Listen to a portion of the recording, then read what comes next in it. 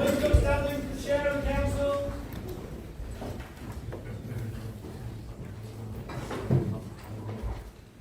Thank you. Please be seated.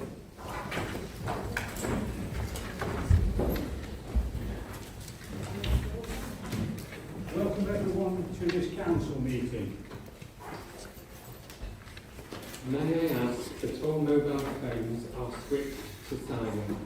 There is no planned test of the fire alarm system during this meeting, so if the alarm sounds, please exit the building quickly and safely via the main route.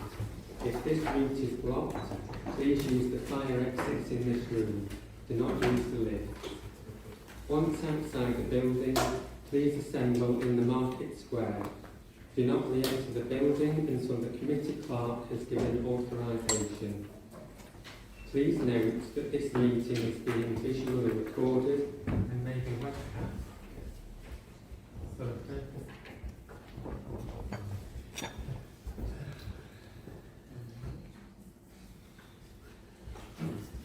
What could we want to do?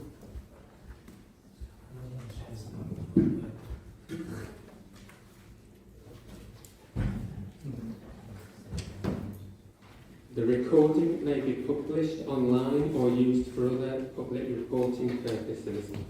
In accordance with the Openness of Local Government Bodies Regulations 2014, members of the press and public are also permitted to film or record the proceedings from the designated public seating areas.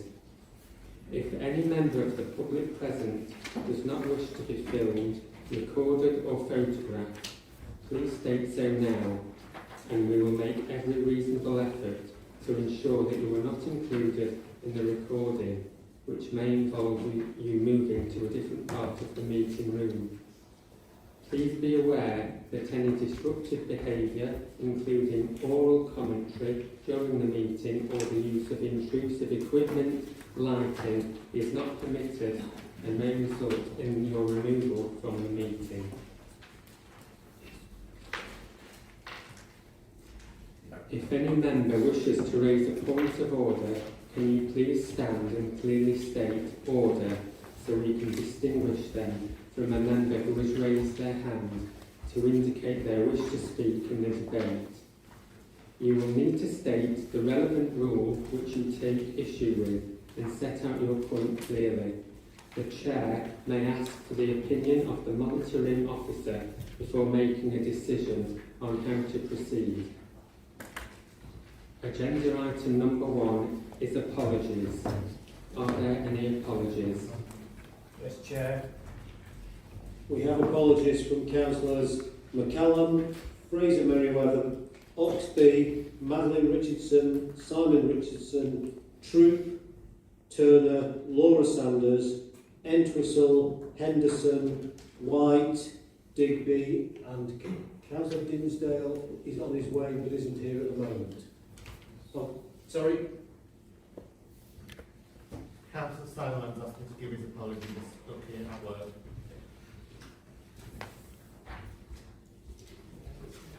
Agenda item number 2 is to receive declarations of interest by members and officers. Are there any declarations of interest by members? Yes, Chair.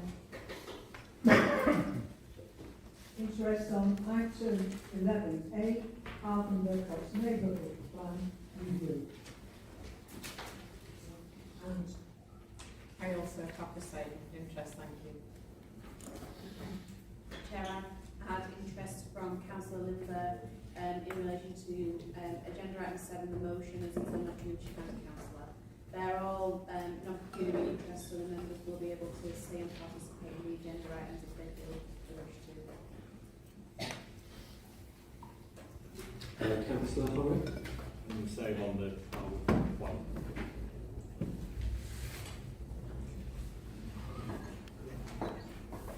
Are there any declarations of interest by officers? Hang on a minute, I'm asking. Sorry. Can I just note that when they're actually speaking on the mics, it's not coming through on these?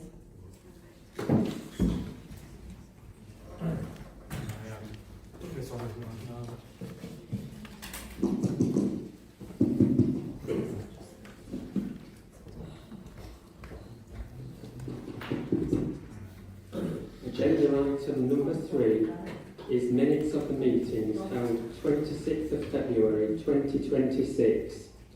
Are there any comments or observations? Councillor McFarland? Thank you. Thank you. I've already raised with the Chief Executive about the attendance list. It seems to be incorrect with the minutes. Chair, I can confirm that is noted and it will be corrected both in the written record and on the online record as well.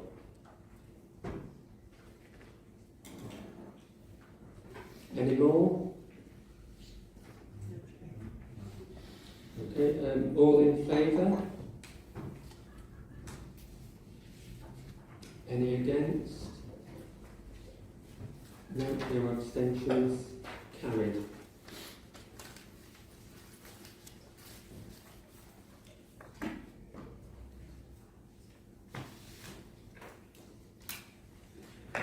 Agenda item number 4 is communications. To receive such communications as the Chair, Leader and the Chief Executive desire to lay before Council. Not working.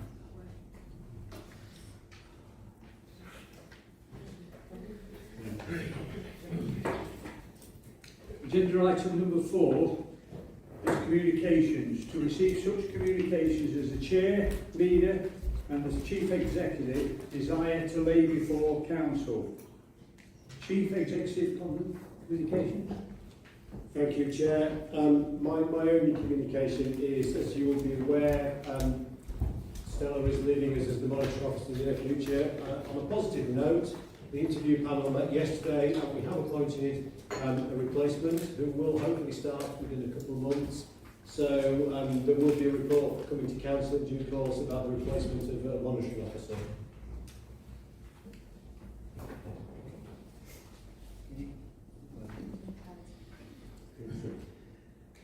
I would now like to hand over to the Leader to update members on developments. Councillor Lee to speak. Thank you, Deputy Chair. Can I ask that my speech is muted? Chair, colleagues, many of you will know that I am not a huge football fan, and unlike many of my colleagues, I'm really not massively interested in that game. However, I am a huge fan of drive, commitment, loyalty, determination and passion. And these are all the characteristics shown by Worksop's Liam Palmer, who made his 500th appearance for Sheffield Wednesday on Tuesday night. I'm stunned nobody cheered. Thank you. In the last 159 years, only 4 other players have made more appearances for the club. This is a great achievement and one that I hope inspires future generations to excel in their chosen fields. I've met Liam lots of times. I used to work with his mum. I think he's a really great representative of Worksop and Bassetlaw. He works tirelessly in his community and works really hard with young people as well, helping them learn to play football. So I have lots of time for Liam Palmer. Since our last meeting, when we agreed the budget for the year ahead, this council has remained focused on one clear priority: doing what is right for the people of this district, not just today, but for the future. That's why we have refreshed our Vision 2040, a long-term plan that sets out our ambition for the district beyond local government reorganisation. At its heart is a clear promise to our residents to create good jobs, support thriving businesses, provide quality homes and build strong, healthy and safe communities. Because the future of Bassetlaw should not be defined by limitations, it should be defined by opportunity. And that opportunity is already beginning to emerge. Across our district, we are witnessing developments that could transform our local economy for generations. Projects like Step Fusion and the Trent Supercluster are turning former coal-powered station sites into engines of the nation's clean energy future.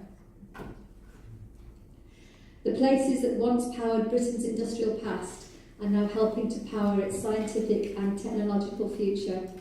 At West Burton, the Step Fusion programme continues to expand. Capacity on site is being tripled, with about 120 professionals working there. Consultations are taking place locally and a major construction partner is expected to be announced this spring. But the real significance of these projects goes far beyond the site itself. As I've said before, and people know, this step will create thousands of jobs, new skills pathways and exciting science-led opportunities for our young people across the district. And we want those opportunities to belong to our residents here in Bassetlaw. And that's why we've commissioned a new skills audit produced by Amnion Consulting after months of engagement with employers, training providers and partners across the district. The message is clear. If we want a stronger economy, we must build a higher skilled, higher paid future for our workforce. This audit will help shape a new skills strategy, aligning training with the sectors that are driving growth and strengthening the pathways into employment for local people. Because economic growth should never be something that simply happens around our communities. It should be something that benefits them directly. At the same time, we are continuing to invest in the places that bring our communities together, our town centres. In Worksop, we have reached a major milestone in the redevelopment of the Priory Centre. Demolition work is now underway, marking the beginning of a transformation that will create a vibrant destination for entertainment and leisure at the heart of the town. This is not just about buildings, it's about confidence in the future of Worksop and creating a town centre that residents can once again feel proud of. Alongside this, we continue to support the Worksop Together Board through the Government's Pride in Place programme. The board has submitted a 10-year vision for the town, setting out how £20 million of government investment could help revitalise Worksop for residents, businesses and visitors alike. We now await the government's response and we look forward to working together to turn that vision into reality. Across the wider district, we are also supporting businesses including Worksop, but in Retford, Harwood, Haworth and through High Street shop outfitting grants, helping new businesses move into empty premises and bringing back life to our high streets. These grants, supported by the East Midlands Combined County Authority and funded through the UK Shared Prosperity Fund, are already helping attract new investment and new opportunities. And alongside these long-term ambitions, we continue to improve the services residents rely on every day. We are making strong progress with the National Simple Recycling Programme. Many of you will have had the new bins which have been delivered across the district, and from April, residents will see the introduction of curbside glass collections along with expanded recycling options in the blue bins. Preparing for this has required significant work behind the scenes, strengthening our workforce, reducing reliance on agency staff and ensuring that we deliver better value for money. And by investing in our people, our places and our future, I believe that we are doing what's best for Bassetlaw District Council and more importantly for our residents. Together we can continue to build a Bassetlaw that is stronger, more prosperous and full of opportunity for the generations that follow. And finally, I'd like to thank Stella Bacon. She is our Head of Governance and our Monitoring Officer. She's been with us for 11.5 years and is now moving on to new challenges. Stella is, as most of you will know, an incredibly hard-working, very efficient and prolific solicitor who has gained both the trust and respect of all members and officers alike. I know the rest of Council will want to wish you, Stella, all the very best and every success into your future. Thank you.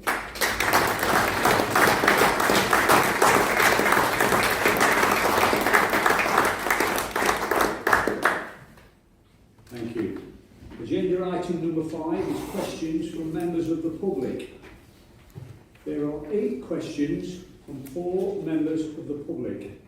In accordance with point 15.3 of the Constitution, no question or answer may exceed 5 minutes without the permission of myself as Chair of the Council, and the totality of questions and answers may not exceed beyond 15 minutes without the consent of the Chair of the Council. I will invite the questionnaire to put the question to the relevant Cabinet member. The first questions are from Darren Albury. Mr. Albury, would you like to ask your questions? Where's the mic? Yeah, Mike? Hello, can everybody hear me? Thank you, guys. My name is Darren Alberry, and I'm the owner of Amalia's Taqueria. I have been trading for 12 months through the support of the Bassett Ward Council business programme that got me off the ground. I must say it was very supportive. And before I started my business, I took advice from your business advisors and contacted the licensing department before I put my business plan together. Can I just butt in there, please? Can you please ask a question? Question, right, I just need to put it into context because it sounds a bit crazy. Was there a mobile catering licence in place on September the 27th, 2025 for mobile traders, not static traders? Because I am a mobile trader. Councillor Evans, would you like to reply? Thank you, Chair. Thank you, Mr. Albury. The answer to your question is no. There was no mobile catering licence in place on the 27th of September 2025. You may recall that the street trading policy came into force on the 1st of August of that year, and from that point, businesses could apply for street trading and mobile consents. Throughout September 25, traders were contacted by the licensing department and invited to apply for a licence. The council issued guidance on the 4 types of consent, including mobile trading consent, and I can tell you that the first mobile trading licence was granted by council on the 28th of October 2025. I would add that after listening to representations from the trade and a further period of consultation, amendments were made to the police. These are before council to consider this evening, following a referral from the licensing committee. We understand a number of traders have waited to apply for a licence because they are awaiting confirmation of these changes, but given the uncertainty that has been caused, no enforcement has taken place. However, I can give you assurance that the licensing department will continue to work with businesses to support and assist them through this period of change. I carry on answering the question, because that's not answered the question I really need answering. Because on the 27th of September at 12:30 p.m, a licence officer, Mr. Andrew Bamless, knocked at my door demanding a Can you just do the second question, please? Thank you. Will a copy of the business impact assessment be available for the public during the meeting on the 12th of March? Councillor Evans? Again, the answer is no. A business impact assessment was not required for the implementation of the street trading policy, and this is because the policy is a regulatory framework that governs how street trading is managed across the district.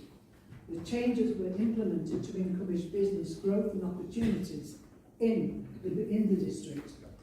Furthermore, the policy was subject to the appropriate checks, including a legal review and equality considerations, as well as periods of public consultation. These steps all ensure that the policy is robust and proportionate. To explain further, the policy sets out a clear and transparent framework for how street trading is regulated across the district.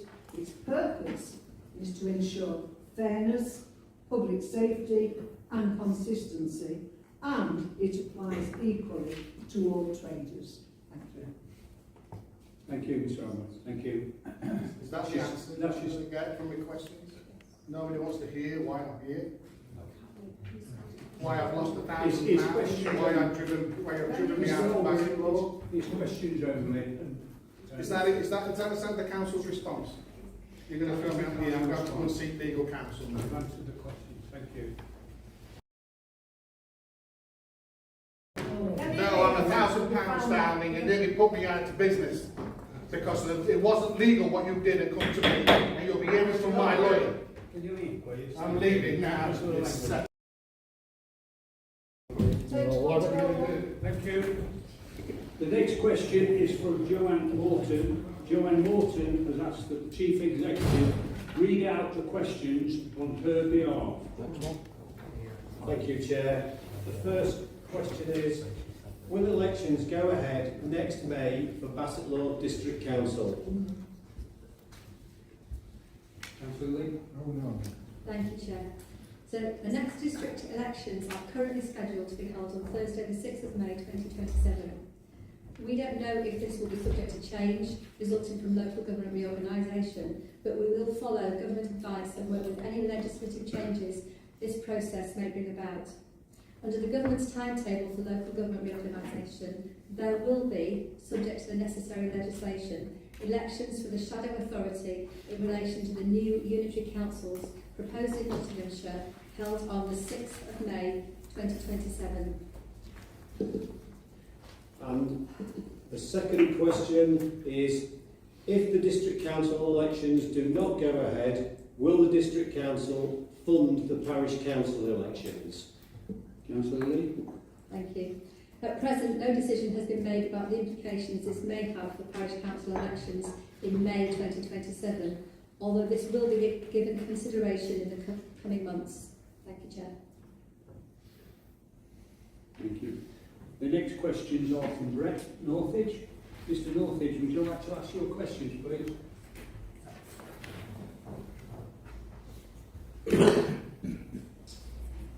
The first question is, how many bin collections have been missed in the last 12 months? Councillor Paul? Thank you, Chair, and thank you, Mr Northage, for your question. The data request isn't collated as a performance metric, as there are many different reasons for missed individual bins and palm rounds. However, you will be aware, although not all members of the public may know, that a fire at the Claylands Recycling Transfer Station in Worksop last August has meant significant increased pressure on the service. Freighters now need to empty their loads at either Sheffield or Newark, which has increased journey times, has meant there have been significantly more occasions where we haven't been able to empty bins on the allocated day. On these occasions, we inform residents to leave their bins out, and they have been collected on the next working day in accordance with our policy. This has also meant us needing to work on a number of Saturdays, and we're very grateful for the hard work given by all the workers involved during this difficult period. The County Council, who are responsible for providing waste transfer sites, have informed us to expect the transfer station at Claylands to reopen in April, and this should alleviate these temporary delays in collection. Mr Northage, would you like to ask your second question, please? At the time, when recycling is increasingly important, as the council's increase in the brown bin charge,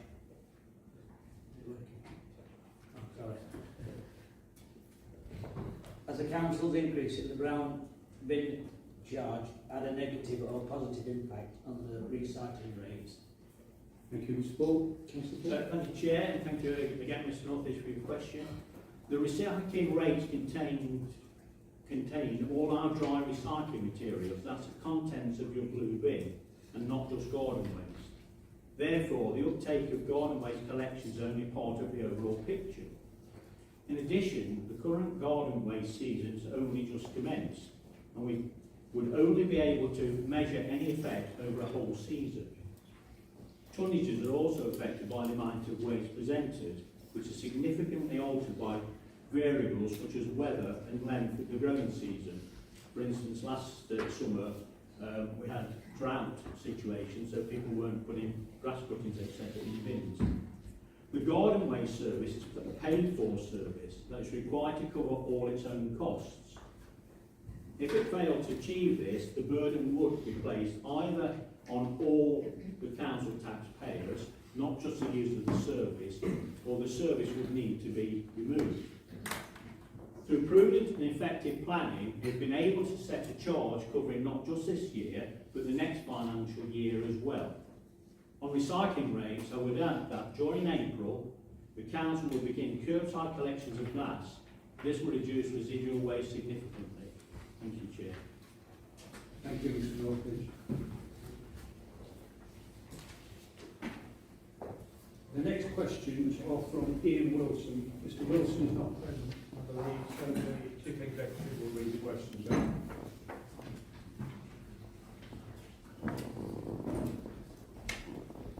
Thank you, Chair. The first question is, how many years housing supply does the council have? Councillor Scotland, would you like to reply? I'd just like to thank Mr Wilson for his question in his absence. The council has published on its webpage the 5.31 5-year land supply.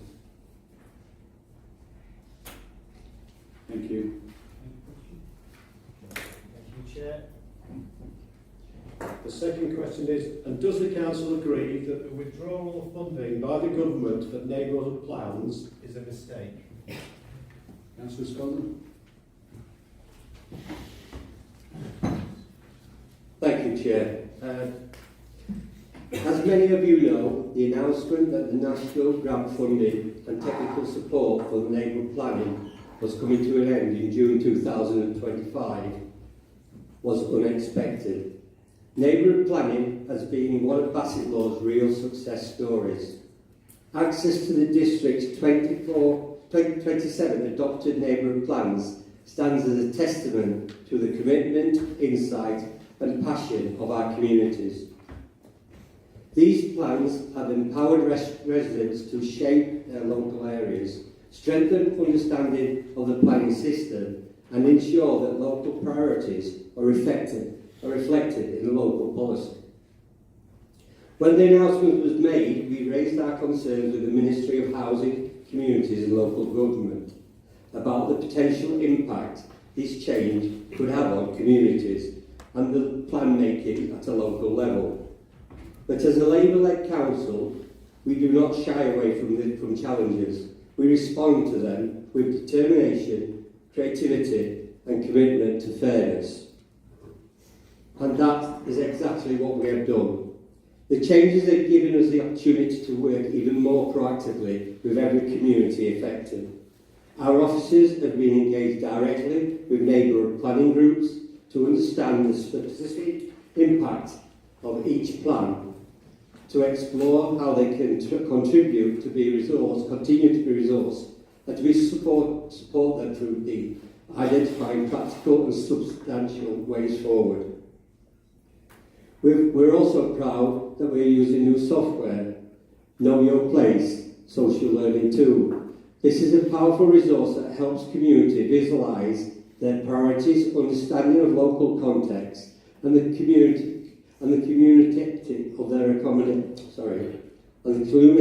their ambitions to clarify confidence. It is a tool that reflects our values, empowering people, strengthening participation, ensuring that every voice has an opportunity to shape the future of their place. Let me be clear, our commitment to neighbourhood planning remains unwavered. We believe in communities having the real say in their decisions that affect them. We believe in collaboration, in local knowledge, and in the power of people coming together to shape their shared future. So while the national landscapes may have changed, our mission goes on. We will continue to stand alongside our communities to support them and to ensure that neighbourhood planning in Bassetlaw remains strong, inclusive and forward-looking. Thank you, Chair. Thank you. Agenda item number 6 is questions from members. There are 3 questions. In accordance with Part 16 of the Constitution, where a member to whom a question is addressed believes that a question may more conveniently be answered by another member, then that other member may answer the question. An answer may take the form of a direct oral answer, where the desired information is in a publication of the council or other published work, a reference to that publication, or where the reply cannot conveniently be given, a written answer. A member asking a question under Rule 16 may ask one supplementary question without notice of the member to whom the first question was asked. The supplementary question must arise directly out of the original question or the reply. The length of time for questions by members, including the giving of answers, is limited to 30 minutes unless the Chair of the Council agrees to an extension. Any question which cannot be dealt with because of lack of time will be dealt with by a written answer. Councillor Stanland, would you like to ask your question, please? Chair, Councillor Stanland is unavailable, so I will read the question if that's okay. Thank you. Could the Council provide an update on the levelling up funding allocated to Tuxford under the previous government and indicate which residents can expect to see the benefits of this funding? Sorry, and indicate when residents can expect to see the benefits of this funding. Councillor Adams, would you like to reply? Well, I'll give you a question, Councillor Stanland, in your absence. In March 2024, Tuxford was awarded £1 million from the town centre's streetscaping fund, funded through the government's Levelling Up programme, to support town centre improvements. This funding is focused on creating a safer, more vibrant and more welcoming town centre for residents and visitors. The programme will deliver civic space improvements, shopfront improvements, new signage in the town centre, improved accessibility, leading to increased footfall and reduced crime. The goal is to boost pride in place, support local business growth, and help create a more inclusive town that residents and visitors enjoy spending time in. Thank you. Come on. There you go.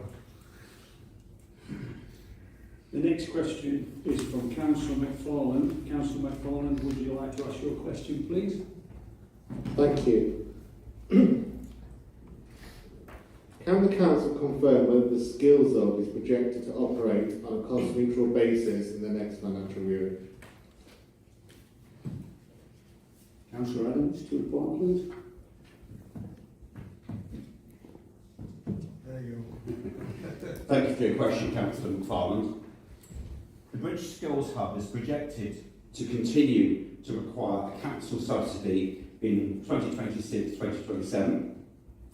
Whilst this budgeted financial support will continue into the next year, the hub remains an important strategic asset for the district, with significant work underway to ensure it is positioned for long-term sustainability and maximum community benefit. Comprehensive review of the historical documents and earlier business planning is in progress. This work will draw together the original ambitions for the hub, set out how circumstances in the economic landscape have evolved since those plans were formed, and clearly articulate the hub's current position and the actions in place to strengthen its future delivery model. Now that the council's budget setting process has concluded, officers are now able to focus fully on completing this review. The resulting summary will be shared with members, including, and as requested by Councillor McFarland, providing clarity, context and a refreshed overview of the hub's strategic direction. Despite the need for an ongoing subsidy, the British Skills Hub continues to deliver substantial wider value, particularly through its expanding skills outreach activities. These programmes, especially those linked with STEP and STEM, have already reached thousands of people since the council took on delivery in December 2024. Although not all of these interactions take place directly within the hub itself, it remains primary base in which much of this engagement is coordinated. Working alongside the Fusion Energy Cafe. It plays a central role in inspiring residents, promoting opportunities in STEM sectors and highlighting the district's growing potential in green energy careers.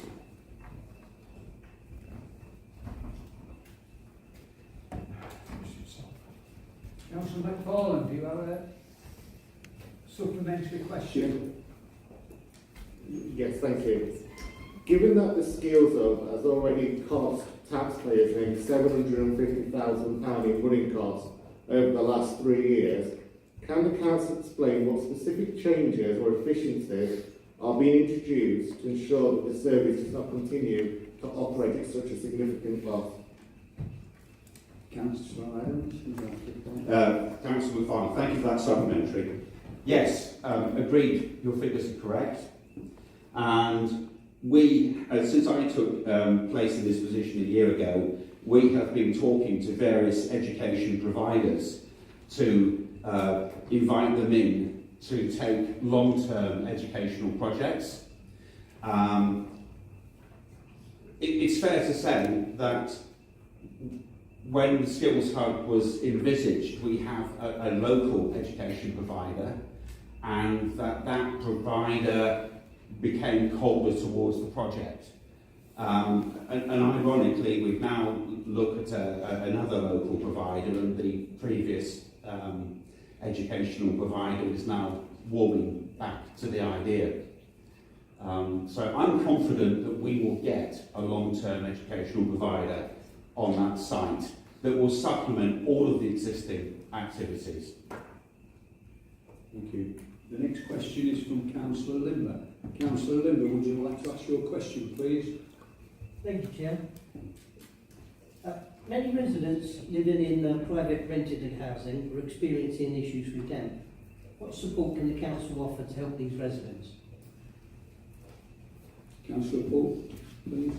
Thank you, Chair, and thank you, Councillor Limber, for your question. The council not only reacts to complaints received, but we also take a proactive approach by liaising with landlords and providing information. If a tenant in a private rented property has a problem, in the first instance, tenants need to report any disrepair issues, including damp and mould, to their landlord or letting agent. The tenant must give the landlord or letting agent a reasonable amount of time to respond to their inquiry, which is 14 days under the Deregulation Act. The council has a template letter that can be used by tenants and which we send to tenants if required.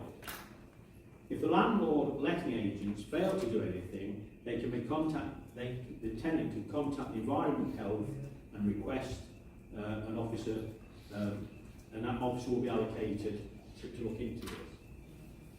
An officer will make contact with the tenant and arrange to undertake an inspection.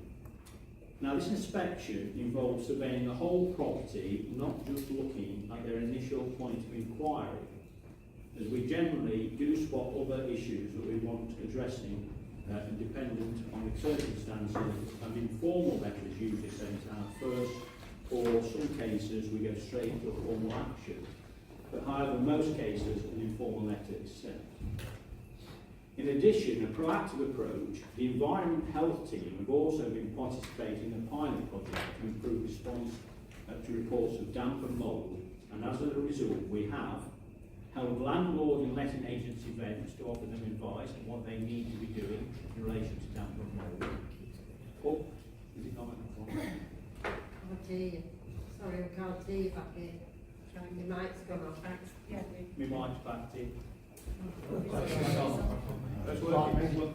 Magic talks, Councillor Schuler. Right, in addition to taking a proactive approach, the Environment Health team have also been participating in a pilot project to improve response to reports of damp and mould, and as a result we have held landlord and letting agents events to offer them advice on what they need to be doing in relation to damp and mould. Gone off. Try that one. It's like listening to Norman Collar here, I'm afraid. I don't know. I can't hear you. You need to put your mic on. gone off again. It's gone off again. It's There gone you off. go now. Are you still with us? Right.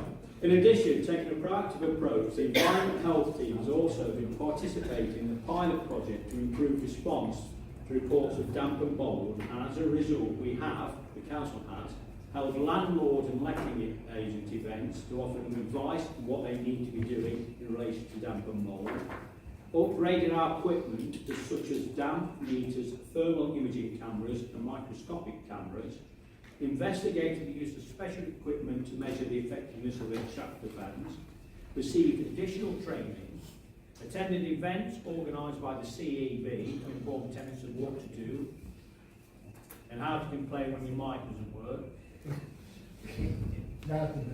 You've gone off again.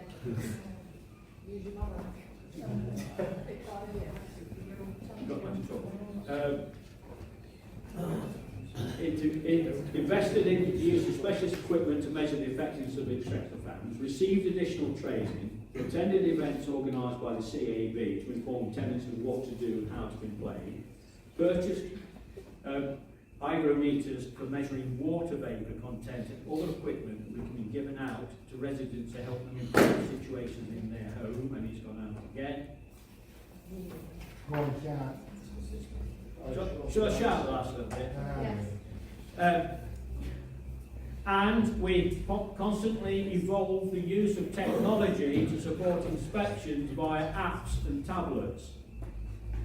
As we all know, damp and mould is a serious issue, and we are clearly doing a huge amount to support our local tenants as well as private landlords and letting agents.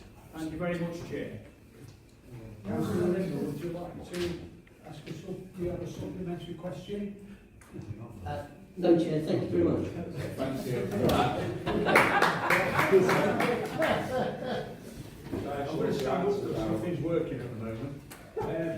We're going to break for 5 minutes just while we sort out this audio system. One thing I'd just like to comment on, apparently, I believe that on Tuesday night the Cabinet approved improvements in the audio system. 5 minutes, thank you. Not without having to be questioned. Put your hands up, you're not here.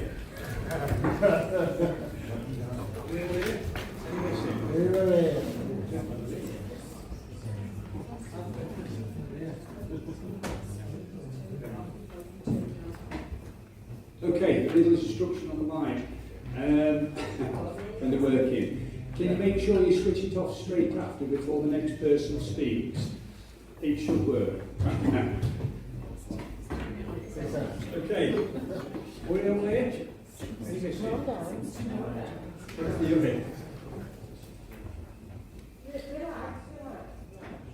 Right, we're going to commence. If everybody's here. Agenda item number 7. Can I build a show?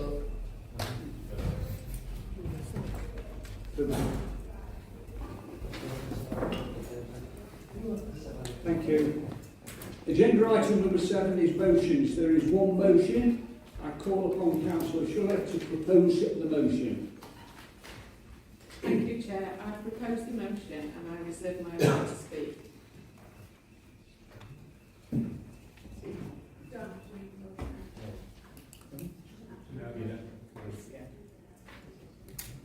I call upon Councillor Scotland to second the motion. Thank you, Chair. I second the motion and reserve my right to speak. Are there any? Thank you, Chair. I wish to propose an amendment to the motion. Thank you.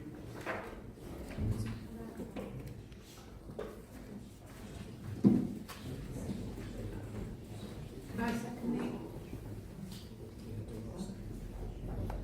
Is there a seconder for the amendment? it. I second Thank you. amendment, reserve my right to speak.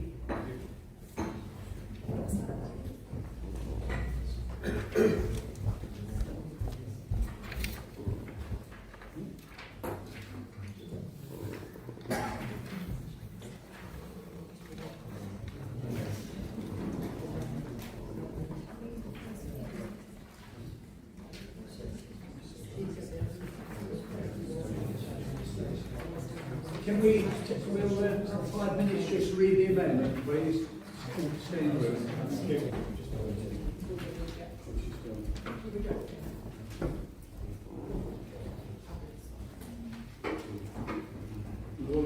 you. Monitoring officer, is this a valid amendment? Yes, Chair. Chief Executive, can you please confirm that the amendment was submitted in line with Rule 19 of the Council procedures? It was, Chair. Are there any comments or observations upon the amendment? Councillor? Thank you, Chair. Thank you, Chair. Hope all can hear me. I sincerely don't believe that we have a single councillor here this evening, regardless of their political persuasion, that doesn't consider our roads to be anything other than in a dire strait. Without a doubt, I think we can all agree that the pothole situation across Bassetlaw has become much worse over recent years. I know that many of us continue to report potholes and encourage our residents to do the same. I certainly don't believe, therefore, that as we all work together in our communities trying to get the potholes filled, that this is a matter that should be politicised. Therefore, I have put forward an alternative for consideration. The motion that has been put forward to us this evening by the Labour Group has many great points, but I believe that we need to galvanise all of us in the endeavour that we all support, which is filling potholes. The motion in front of this evening, I believe, is slightly flawed in the fact that the JCB Pothole Pro, I think it mentions that the cost of the machine is around £300,000. I believe that that is incorrect and that they're £165,000 each and can be leased by councils from JCB for as little as £600 per month. The Pothole Pro is a 3-in-1 machine designed to cut, crack and clean potholes in around 8 minutes, significantly faster than any traditional method. The JCB Pothole Pro is a proven piece of equipment used by many councils across the UK, regardless of their political persuasion. There is a great YouTube production by the Labour-led Stoke City Council positively brimming with praise for their JCB Pothole Pro and the difference it's made to their operation. I would urge you all to watch it. Therefore, regardless of whether JCB is a reform done or not, their machinery is by far the best tool for the job, and I for one would rather base this motion on factual live examples from a world-renowned British manufacturer along with the many positive anecdotes from numerous councils from around the country, than to base this part of the proposed motion on an outdated report made by 2 NCC officers back in 2021. The proposed motion makes no reference to the ability and the productivity of the JCB Pothole Pro versus the manual process, but I confirm that the Pothole Pro far outweighs any current process that can be, and it can complete 280 square metres in a single shift. The motion doesn't give us any of these statistics, but bases the argument purely on JCB being a reformed donor. I, for one, am not bothered about whether they're a donor or not. I just want, as I'm sure we all do, and that is to see the potholes repaired as quickly as possible and not to see our residents deprived of NCC using the proven machine to do the job because of any political prejudices. The other thing that this motion doesn't consider is the current process by FAIR they use to identify and repair the potholes. This week I met with 2 VIA operatives who were filling potholes, and they told me that before they can fill a pothole, an inspector must view the pothole, mark it up with a yellow spray, and we've all seen those, and then report back. The work is then allocated to a repair team who will come out to fill the pothole. But they must not, however, fill any adjacent potholes, only the ones that have been highlighted. Not only that, but for every single pothole, they must complete a separate risk assessment, even for one that's aside of the other one that they're filling. Both operators expressed their severe frustration with the current process and see no reason why they can't be allocated a road or a district and be sent out with a load of tarmac just to get on with filling holes. That also seems to me to be the common sense approach. However, I appreciate that there will be many reasons why such common sense approach can't be followed, probably to do with health and safety, insurance complications, etc. That said, the current procedure isn't really fit for present times, and I believe that's part of this motion. A resolution should be to include one that suggests that all parties, VIA, unions, NCC's insurance company, and probably most of all, VIA operators who actually do the job, for them all to sit round a table and agree a more productive and effective way of working. Therefore, with this in mind, I have proposed an alternative to this evening's motion, which we can all support. Thank you. Are there any more? Councillor Griffin. Labour-led Stoke-on-Trent City Council purchased a JCB pothole crane in 2021 after working closely with JCB in the development of this machine. Labour-led Coventry Council followed the lead in 2022 and also purchased JCB crane pothole. Stoke-on-Trent Council released data on the JCB pothole crane performance in its first 130 days of use. 10,000 metres squared damaged road surfaces were repaired, which is roughly the size of 8 Olympic swimming pools. It is estimated using normal repair methods this work could have taken up to 3 years. I want to share a quote with the Chamber from the Labour Cabinet Member for Infrastructure at Stoke-on-Trent Council, Daniel Jennyman. We are absolutely delighted to have our own JCB pothole crane. He went on to describe the machine as a brilliant weapon in our armoury as we make sure our road network is fit for purpose. That's it, Chair. Thank you. Any more? David?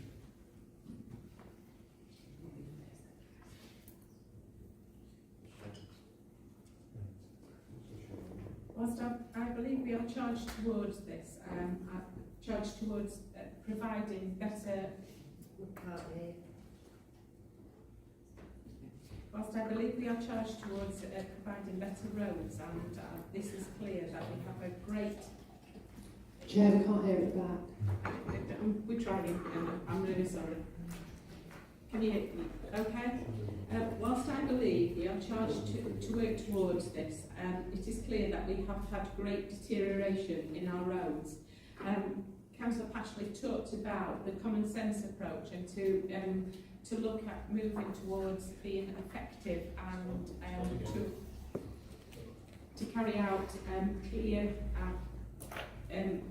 guidelines and improving the productivity of those providing the road coverings.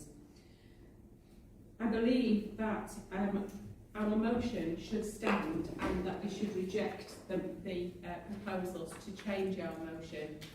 We have to hold the party at Notts County Council to account, and therefore I would vote to reject the motion change.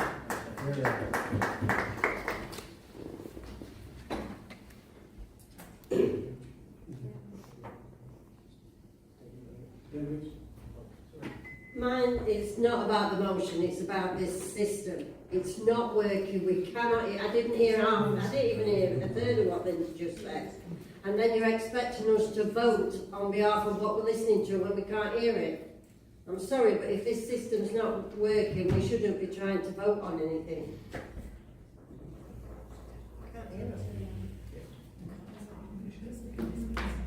As reiterated by the Chair earlier tonight at Cabinet on Tuesday, there was approval for significant investment in the audio system in this room, but sadly it's not an instantaneous fix because we have to comply with the Procurement Act and go through a procurement exercise to be able to appoint a contractor to undertake the work. We're working as quickly as possible to be able to address these issues. Thank you, Stella. Yeah, I appreciate that, but if we get some mics that are working, can we go to the speakers? Because you just was really clear there, I could hear every word you said. So we just need to wait, so like when you've turned your microphone off, I need to wait before I turn mine on. to be able to work. And then Tony's mic overrides everybody as he's the chair of the council. So when Tony puts his mic on, nobody else will be able to speak. So it's just being a little bit more alert as to who's got their microphone on. Councillor McFarlane, next. Thank you. If this situation continues with the microphone, is the opportunity to adjourn this item to the next meeting? No. Sorry. Sorry, Tony, I couldn't hear you. Say that again. Yeah, Councillor Brown. Could we also suggest that the speakers get close to the microphone? Because Stella, you were perfectly clear, but Lynn, you're about a foot away from the microphone, and that means we can't hear you. It was switching off Hazel, so yeah. Try and speak like Brian Blessedly.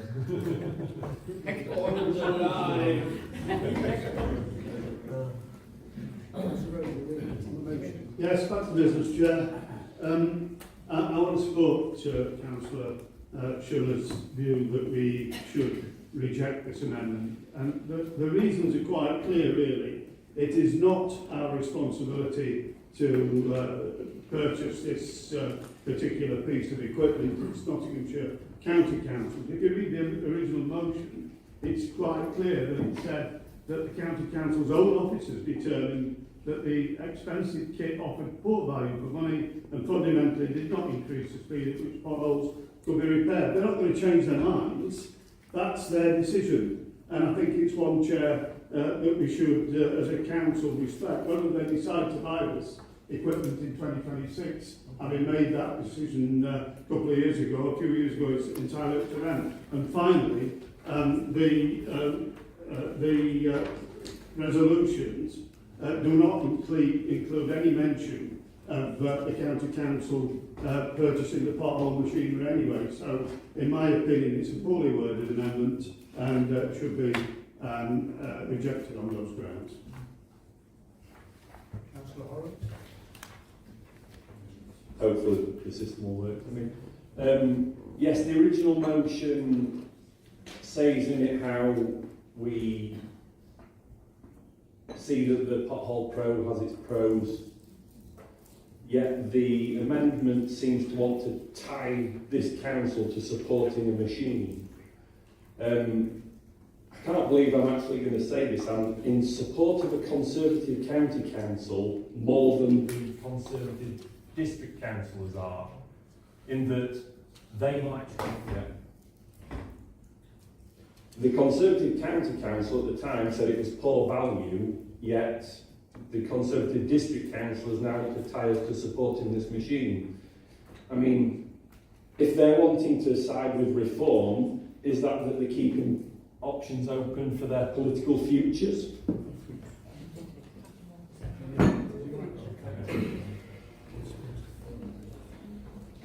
Councillor Frew. Yeah, I phoned County Council up about some repairs. The excuse I got, it's too wet, and you only report it once, and then you have to ring up again and report another one, which is the same place, but a bit further along. And I also reported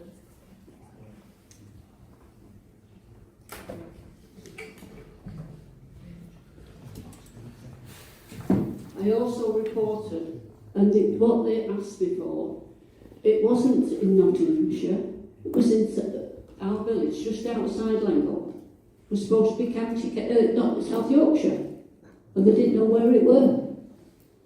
So, and asked for Stoke-on-Trent. My sister came up on Sunday from Stoke-on-Trent. She's there as bad as ours. So now I've got that Stoke-on-Trent bit.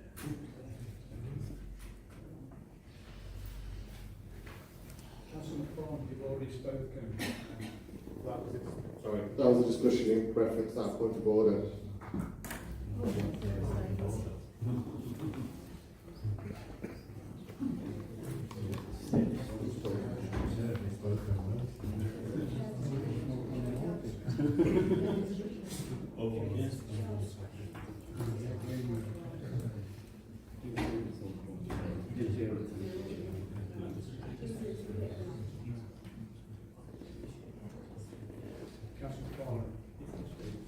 Thank you. Just looking at the amendment that's been put forward, which I welcome from the Conservative group. I see they've removed the fine line and calling upon Nottinghamshire County Council to meet with our county's MPs. Well, that meeting took place. It was last week. So I don't really feel the need for that, for them to keep that in the motion when that meeting has already taken place.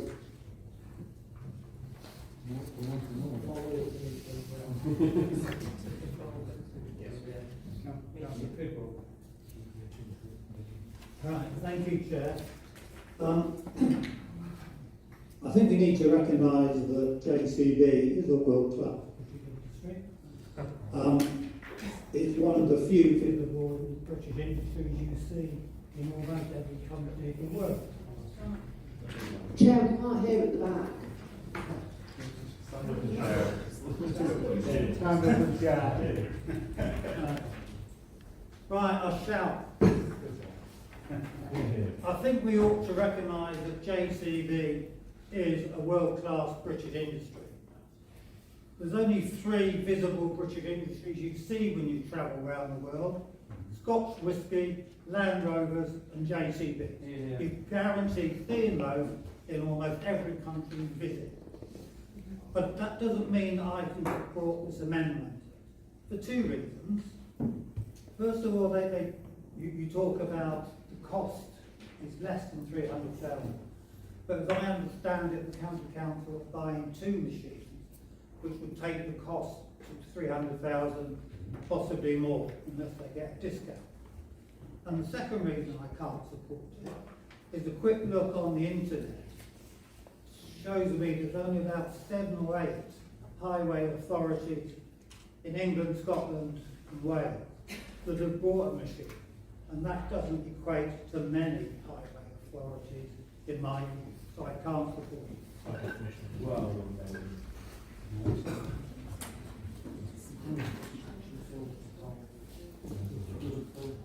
Councillor Paisley, you've already spoken. Actually, sorry, I apologise. You've already spoken, so thank you. Everybody's mic on. We're now going to move to the vote on the amendment. All in favour?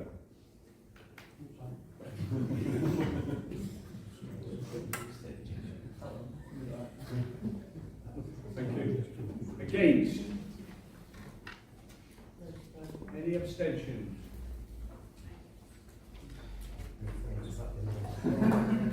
The amendment has fallen. We are now returning to the original motion. Any comments, questions, or observations? Councillor McFarlane, I'll just look my Thank you. The Pothole Pro is a game changer for local authorities. Tackling road defects quickly and efficiently, it's faster, it's safer, and it saves council money. They are not my words, they're not Reform's words, they are words of the Labour MP for Mansfield, the very machine that some in this chamber are now opposed to the County Council purchasing. He went further, saying the Pothole Pro is a brilliant example of British engineering solving a British problem.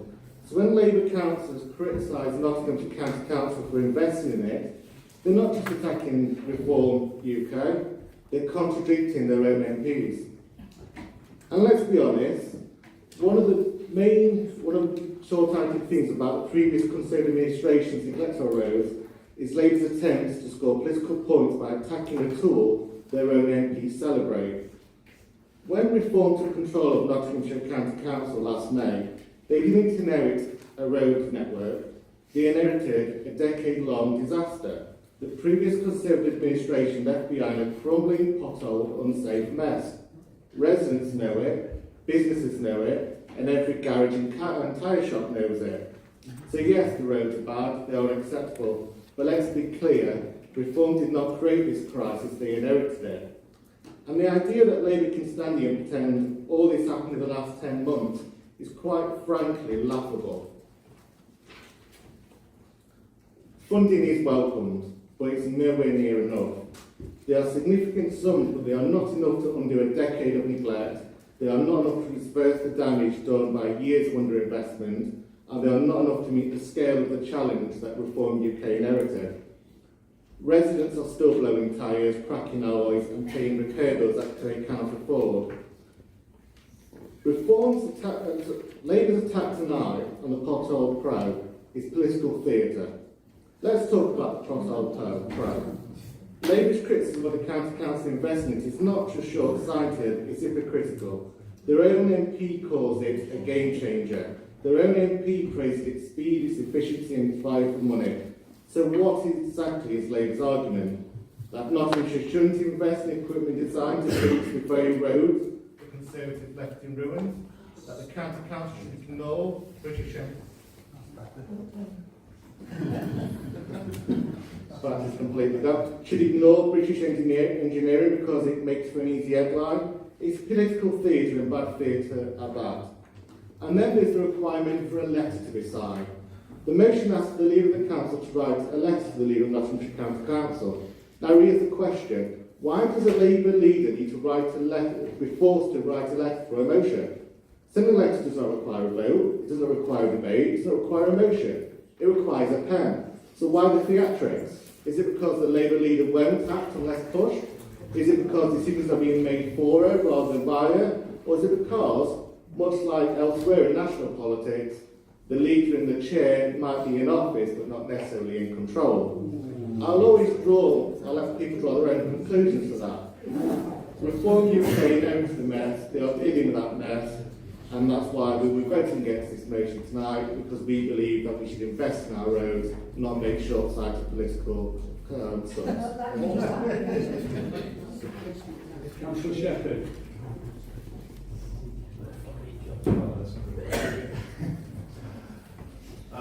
Thank you, Chair. I welcome this timely amendment.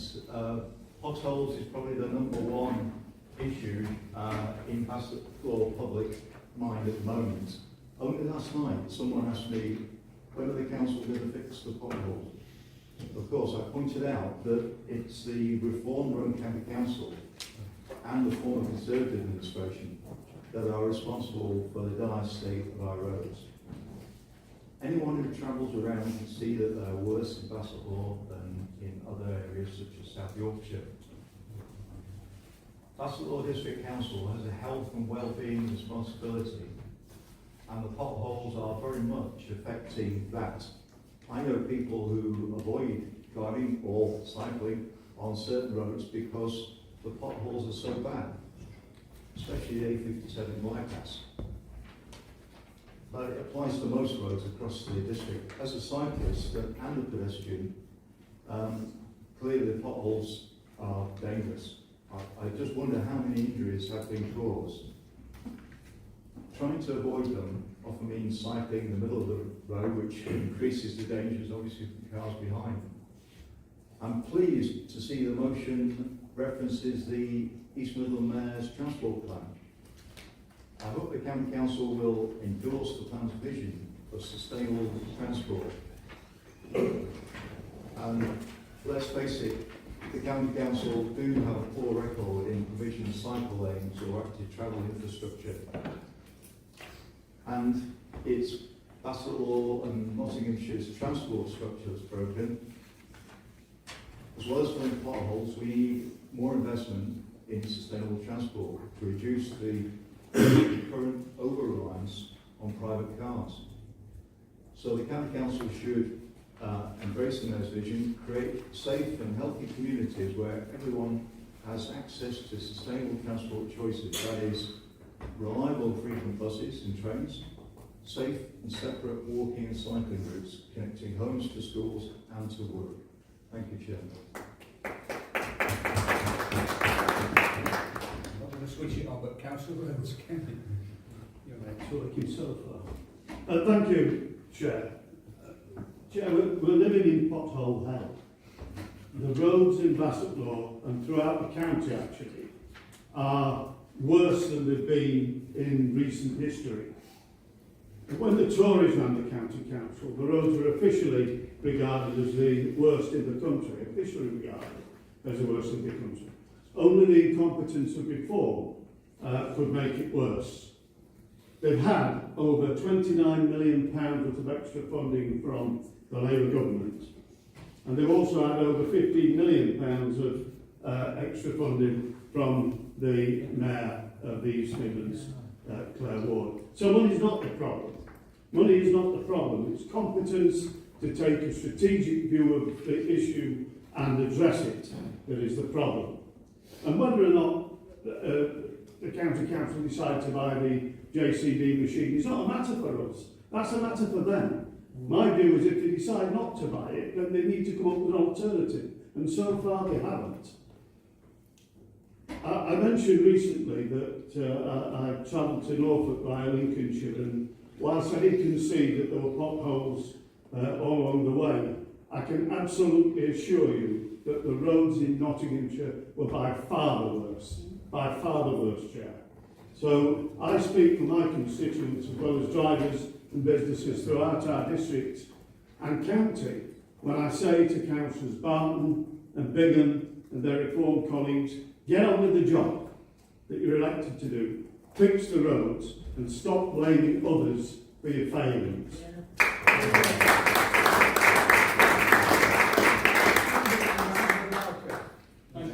Thank you, Chair. I just wanted to say that, I mean, the motion clearly reads that, you know, I'll quote the motion, whilst the JCB Pothole Pro has advantages, you know, we're not saying it's a waste of money, a waste of a rubbish machine, whatever. You know, make reference to what Councillor Tidwell said about the British branding on the continent and on the wider world, in the wider world. You know, JCB is renowned for what it does. It's been going 70 years. It's a world-renowned company that does great things. You know, I don't doubt for a minute that it will do the job, but will it do it faster? You know, I'm unsure, because currently the basics that to require filling a pothole, the basics for me, as some people know, in my business I do contracting as well as groundworks. County council officers at the minute can't even get the basics of cutting square edges onto a round hole. Instead, they just chuck a bag of cold laid tarmac into a hole, either hit it with a shovel or drive a 7.5 tonner over the top of it, as they've done on A60 at Carlton only last week. As Councillor Freeman said, you know, they can't fill potholes in the rain. That's a fair comment. You know, I agree with that.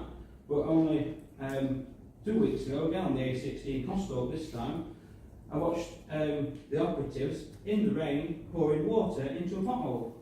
You know, if we can't get the basics right, I don't see what the machine's going to do, because all it does is surface stress. It doesn't actually fill the pothole. It's not taking the manual aspect out of the job. You still need, you know, technicians, engineers, ground workers to go over the pothole, fill it, you know, dress it, you know, treat the edges to do it properly, to seal it from the weather. The machine doesn't do that. So, yes, I'm not doubting its capabilities. I think it's an excellent thing. But it's more a question of the operators, because they're not doing a good job at the minute. Are they going to do a good job with a £200,000 machine? Only time will tell. So, you know, no one's actually calling the machine. It's rather the state of the roads, as I'm sure everybody can agree, are appalling. Thank you, Chair.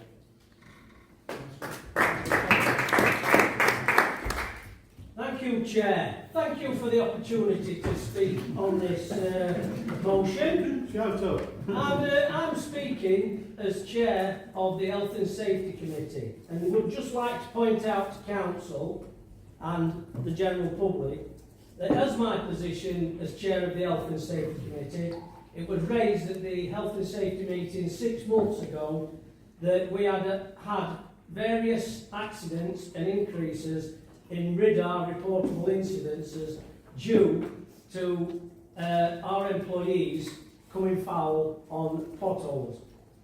I had the courtesy to inform the leader of the council and also the monitoring officer, and I also think the chief executive, to make sure that the letter was not political, that it was about the concerns from this council's Health and Safety Committee that we had had people being injured and off work, and that it would cause expense to this council to get agency workers in and things like that. The letter got passed and it got written in proper English. Thank you to the people that helped me along them lines, because I would have put it in layman's terms. It got sent to the newly elected leader of the county council, and to this day I can say that we have not acknowledged a receipt of the letter with the concerns of this council due to it having an impact on the health and safety status of this council. And I would also like to point out that at the time, the leader of the opposition in this chamber tonight, Councillor McFarland, was a member of the Health and Safety Committee before he got put in the position of the opposition leader when he was one of 2 or 3 Reform councillors, and that he didn't even have the decency to come to the health and safety meetings or even give his apologies for non-attendance. If he had attended, he would have found out the significance of the impact that potholes were having on our employees. Thank you, Chair.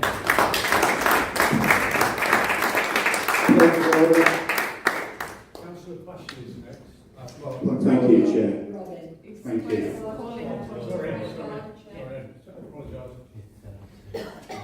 Just a point of order, it's under Rule 13.2, personal explanation. Under what? 13.2.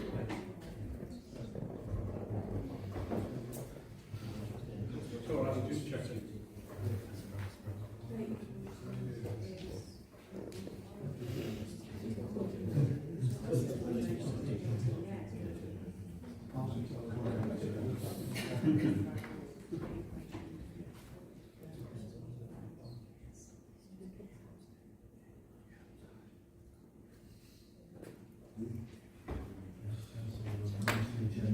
We're just looking, but I don't think it's the right rule.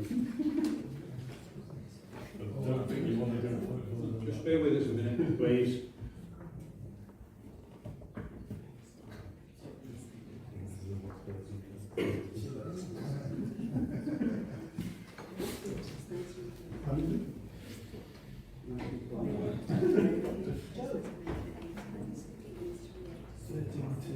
The chair of the council will manage the agenda to enable the movement to keep the time. Can you, Councillor McFarlane, can you identify which part of the speech wasn't relevant?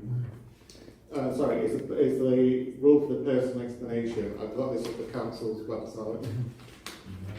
Councillor McFarlane, the Chair just asking you, the personal explanation may only relate to some material as part of the earlier speech. It's just asking you to highlight which part of the material you're referring to before you make your personal explanation. The reference of my attendance at the Health and Safety Committee.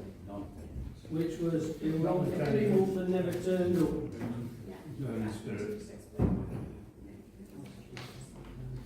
Your opportunity to speak, man. Thank you. I was only on the committee for one meeting before I was moved on to a subsequent committee. The meetings are daytime, and like many people in this committee who have full-time jobs, it's very difficult to attend those compared to those in the evenings, but my attendance record is one of the best on the council. Thank you, Councillor Bashley. Thank you, Chair. Obviously, I'm disappointed that my amendment has fallen. However, I do believe we can still all work together in terms of ensuring that the pothole situation is dealt with once and for all. Just getting back to Councillor Bidwell's mention about the number of councils that have actually purchased one of these pothole machines, I will just highlight the fact that there's many, many more that have actually leased these machines for £600 a month, which is an incredible value. But I'll leave that one to one side. What I would urge is that the council actually write to, as part of the results, write to NCC and request that they meet with fear management unions, the NCC insurance company, and various pothole filling operators, particularly them, to agree on an improved and more efficient way of working that can meet the current demand of filling potholes. I think there's a much better way forward, and I believe that working together with these organisations, I'm sure is a way that we can increase the number of potholes that are completed. Thank you. Thank you. Councillors? Yeah, thank you, Chair. I think for us, potholes is the number one issue. It's the issue that everyone is raising with us on a daily basis. I myself was affected a few weeks ago driving Retford Road, where I got a flat tyre because of a pothole. I was lucky because I'd taken out wheel cover, but for a lot of our residents, they don't have that luxury. So that's already been, and we know the cost of getting tyre replacements is really putting pressure on lots of people. Another personal experience I had driving up from Retford to Huddersfield because of my day job, an absolutely appalling state of the roads, particularly as driving through Worksop, where there seems to be more potholes than a clear service on the road, delaying me and delaying lots of people who are trying to get to their workplace. Now, Councillor McFarlane talked about heritage, and I did a bit of research, and putting aside the huge amount of extra money that this Labour government and Claire Ward has done through the combined authority, the total highways maintenance budget was over 70 million for 25 and 26. And within that, 60% is spent on potholes. So if you do the calculation, that's nearly 44 million this financial year for a budget on potholes. So why is it that with 44 million, even putting aside the extra money that this government and this combined authority has put in, are the roads the worst it's ever been? I think it's for people who run the county council to take full responsibility. It's not because of lack of funding, it's a total lack of strategic planning, and it's an absolute failure on their behalf. And what I hope is that this extra money that is going to be given to them by this government and by this combined authority is used effectively, and we start to see improvements on our roads, because that's what Bassetlaw residents completely deserve. Thank you. Councillor Limber, please. Thank you, Chair. Just wanted to do like a slight analogy. If you was to have a car and you take it to your garage and the mechanic says it's going to cost £850 a year to maintain that car in good working order, you agree to that, but you decide that you're only going to give that mechanic £350 a year to maintain it. And the mechanic says, well, I'll do what I can with that, which is fine. And over a period of 10 years, I'm sure with cutting a few corners there, your car will be okay. And then 10 years later, a new proprietor of the garage takes over, and 10 months later you're saying, my car's falling to bits. And then you're asking the question why. It is exactly the same with the roads. This did not happen in 10 months. And as far as the funding goes, this funding doesn't start till April. So we're still running on the previous budget, and those machines not in place, so you're kind of jumping the gun a little bit here. So, yes, Pothole Pro has a lot to stand up to, and the proof's going to be in the pudding. So when they're out there, and you see the difference, and the residents see the difference on the roads, then I'd say there's a good time to criticise. But up to this point, without that equipment in place, and without that finance taking place, it's a non-event. The funding the maintenance of the roads for Nottinghamshire is, I think it's 85 million just to maintain it. That's not improving it. So the extra funding is welcome, and it certainly will help compared to what's been before. But that hasn't been released yet, and that's still only bringing us to maintenance. Now, with the fuel duty and the road tax on cars, that brings a huge amount in for the government, only 5% of it goes to the councils. So obviously the powers that be know better where to spend that money, allegedly, but we should have some of the best roads in Europe. We don't, so we've got the best of a bad job at the moment. There is some different practices that do need to take place and changes in how things have been done to improve the repairing of the roads. But at the moment, you're criticising something that's not actually taken place yet and holding an administration to hand that doesn't have that new funding yet and that new equipment. So if we're having the same chat in a year's time, I think you've got then some valid points, but I think you've done this very prematurely. Thank you, Chair. Thank you, Chair. A recent Freedom of Information release from the County Council showed in 25-26 that there were only 12 claims for repairs caused by potholes on motorist cars approved. That's less than 3%. I'll just shout. That's less than 3%. So, yes, the Reform Council might have inherited roads that were in poor repair. It's their choice whether they approve or do not approve people's claims. Asking people to pay out of their own pocket for the poor state of the roads is Reform's job, and they are making people pay themselves. They're making residents and motorists in Bassetlaw and in Nottinghamshire pay themselves. Just in response to Councillor McFarland's assumptions on the motion, where he assumed that we were against the purchase of a machine, we've stated in the motion itself the JCB Pothole Pro has advantages. It's Nottinghamshire County Council's words that deemed it an expensive bit of kit that offered poor value for money and fundamentally did not increase the speed at which potholes could be repaired. Those are the words that we've put in from the County Council. Now, there is the obvious irony that he really doesn't seem to grasp the game of claiming that this is performative. He'd be the king of performative motions being brought in what he's brought in the past, so he would know.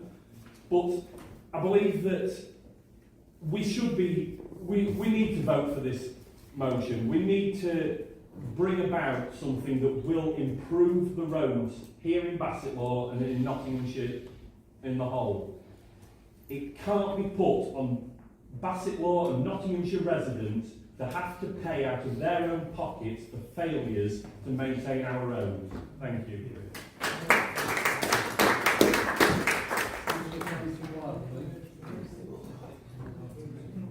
Thank you, Chair. I'll stand. There is a phrase which I use occasionally, and that is, even a blind squirrel finds an occasional nut. So it was only inevitable before I came to a full council meeting and agreed with something that Fraser McFarland said. He's right. Reform did inherit a terrible mess for the roads, and that was down to one man, the former leader of Nottinghamshire County Council, Ben Bradley. Ben Bradley is now a Reform member and the head of the Reform Local Government Delivery Department. Now, I'm sure the next time that the Nottinghamshire Reform Tie-Task Club meets, that these problems will be delivered straight to Ben Bradley personally, and I hope they do. He's got a terrible legacy to live up to. And as for the slight that Labour councillors might disagree with some of their MPs, well, I've got broad shoulders and I'm happy to bear that one.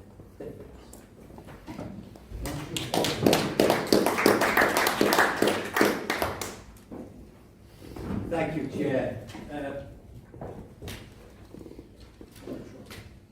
Chair, we bring this motion because our communities are being let down. Not quietly, not marginally, but constantly and visibly by the Reform-led Nottinghamshire County Council. The evidence is on every road we drive, every bus we wait for, and every promise that goes unbroken. Bassetlaw makes up 22% of Nottinghamshire's entire road network, yet we receive nowhere near the investment required to keep these highways safe and functional. Residents are now reporting potholes faster than the County Council are pretending they haven't seen them. This is not just underinvestment, it's mismanagement, it is waste, and it is failure of the leadership.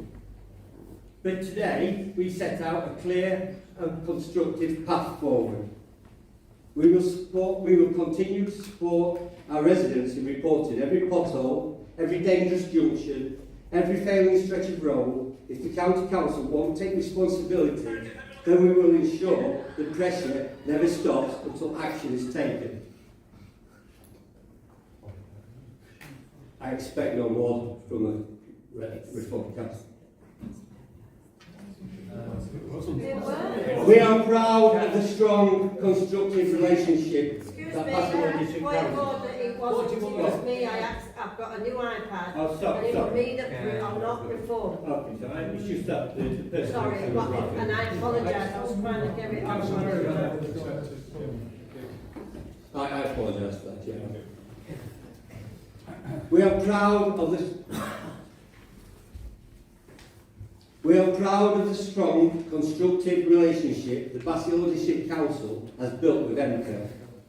This partnership is built on trust, shared ambition, and a genuine commitment to improve transport for our residents. MCA listens, encourages, and works with us as an equal partner. And together we are shaping a modern, forward-looking vision for our district. But let's be honest, Nottinghamshire County Council has become the pothole in that relationship.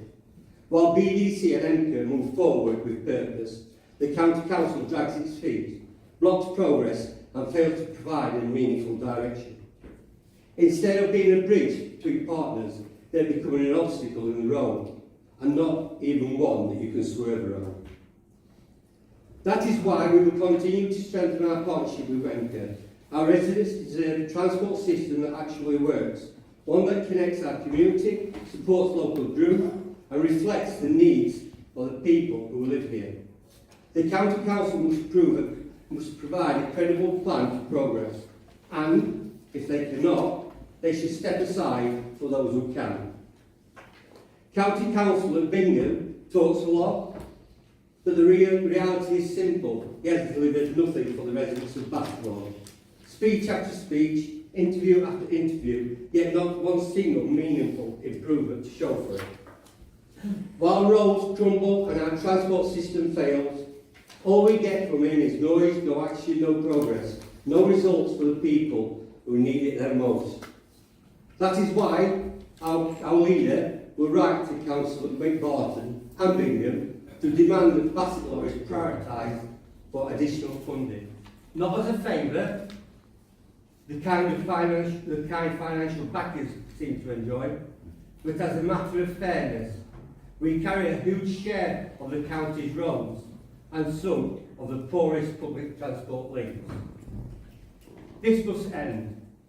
We call upon our Nottinghamshire County Council to meet with our county's MPs and finally take this issue serious. Residents are tired of empty promises. They want solutions, they want leadership.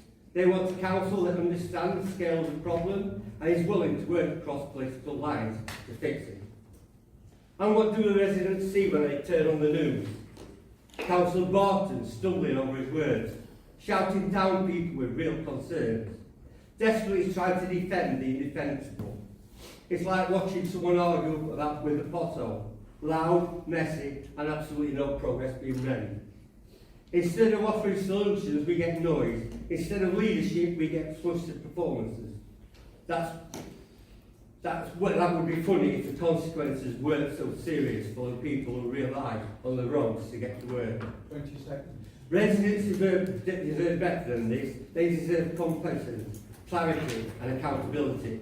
Bassett Law is not backwater, it's not a footnote, it's a vital part of Nottinghamshire, and we deserve investment that reflects reality.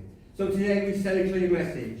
Stop wasting money, stop ignoring residents, start delivering. Our communities deserve better, and we keep fighting until the end.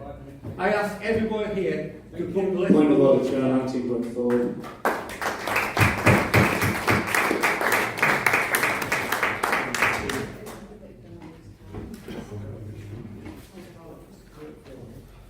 Councillor Pashley, would you raise a point of order? Councillor Mann, would you raise a point of order? Yeah, there's 19.4, so it's fine. It's done there.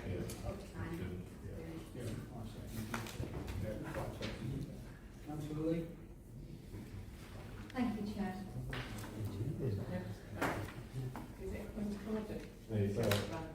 Councillor Brown? You got a point of order, Councillor Brown? No. Good to speak. Yes.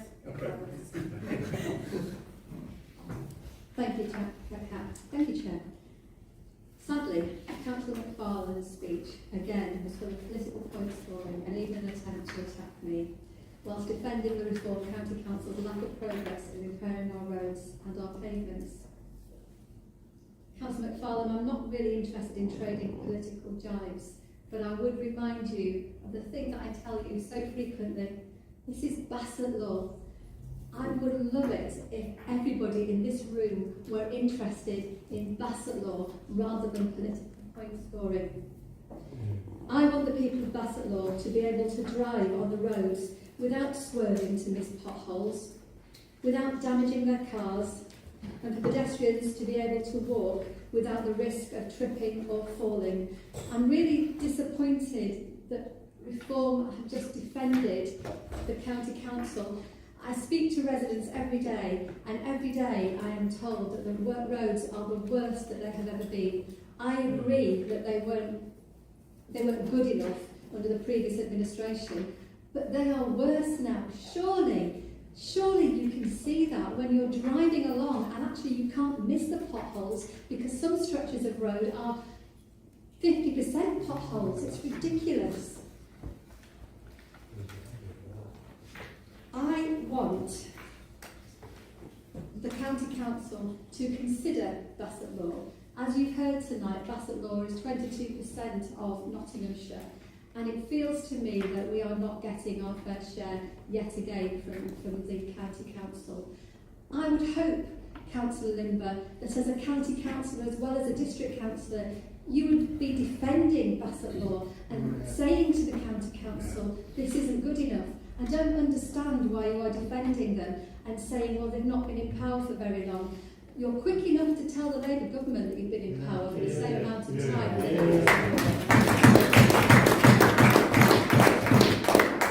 I want the roads repaired. I want the pavements repaired. I don't want rhetoric. I don't want defensiveness. I want it to be safe roads and safe pavements for the people of Bassett law. Chair, I support this motion.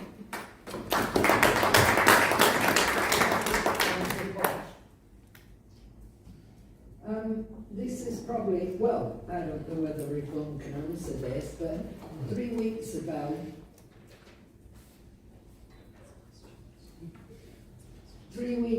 sorry. Have you done, Janet? 3 weeks ago, I rang in 7 areas with potholes which were bad.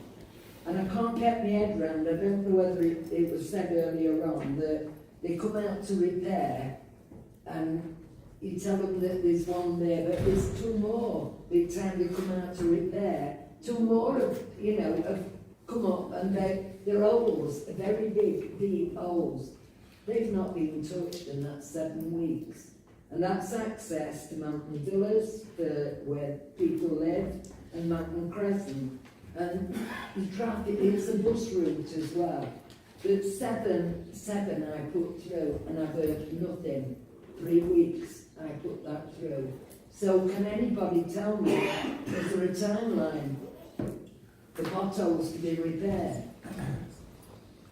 No?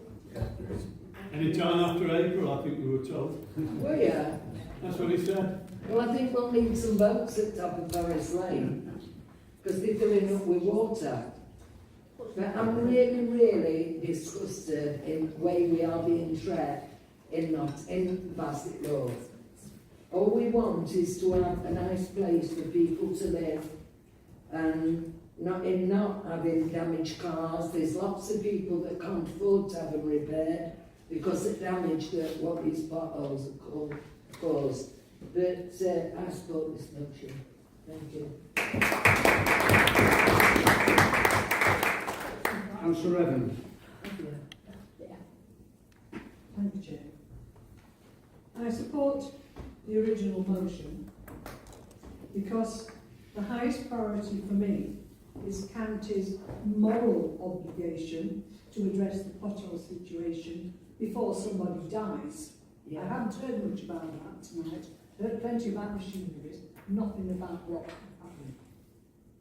I'm not impressed with the excuses I've heard tonight, but I can imagine the high feelings that would be released if a death was caused by a pothole. It's time County fulfil their obligations to local residents, Chair. Here, here, Jim. Councillor Brand. Thank you, Chair.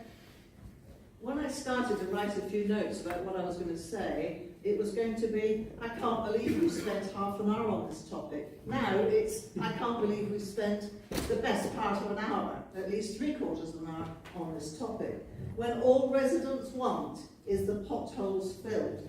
They don't care which party it is, they don't care which budget it is, they just want the potholes filled.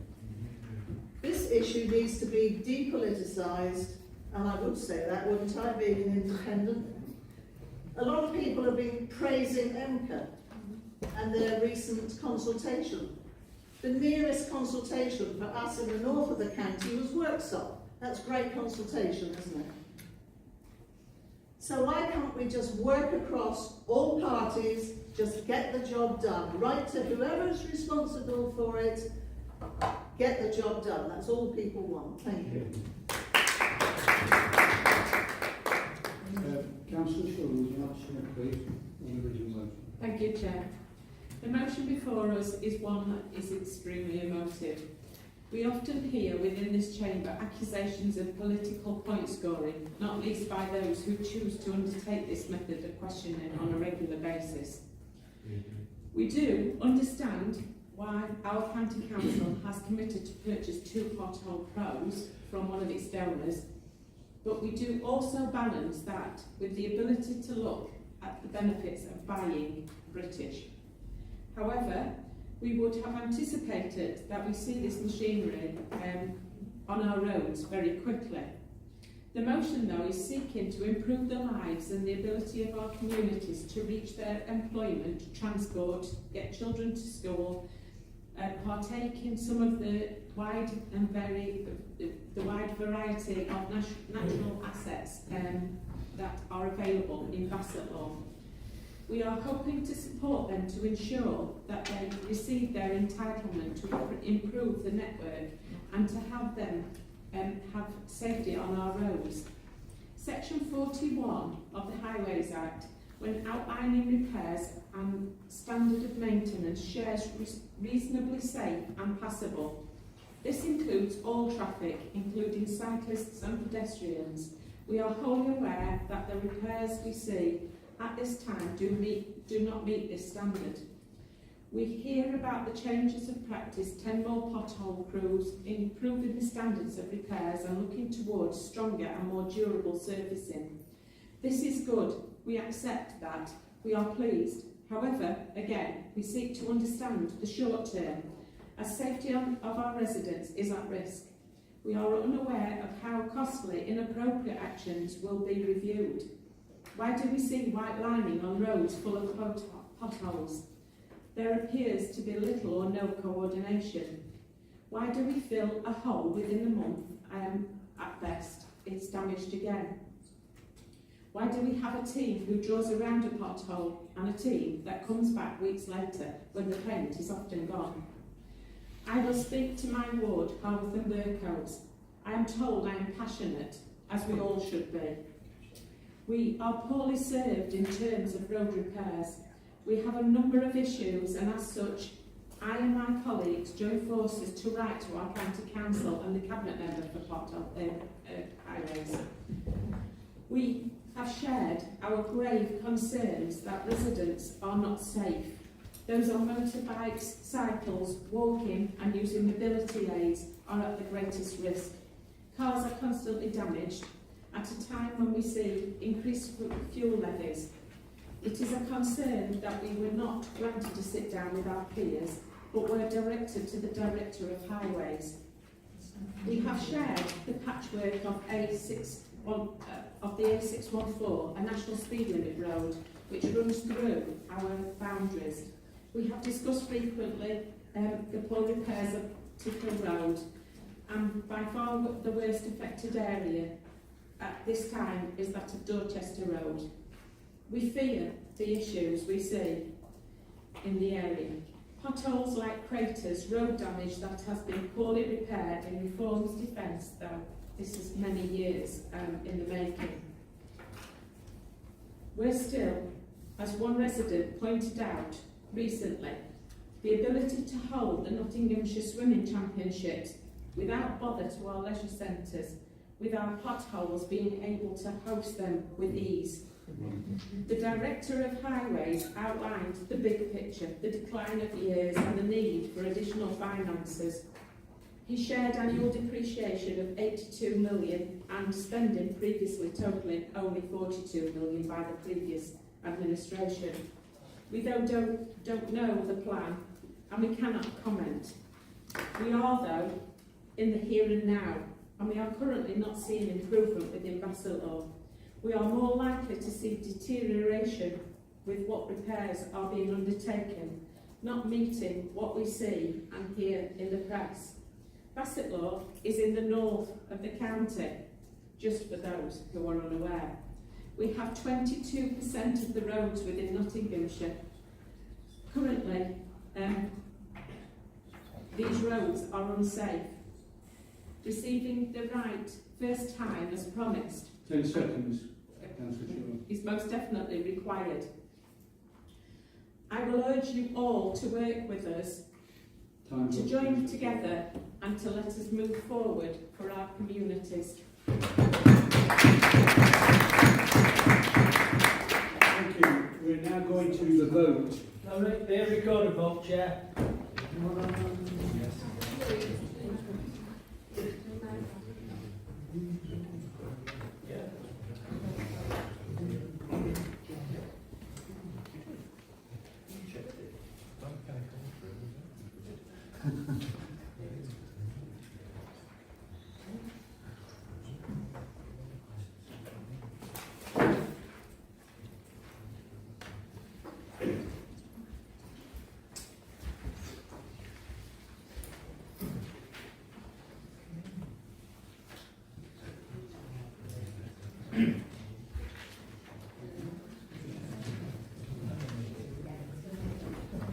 We're actually voting on the original motion.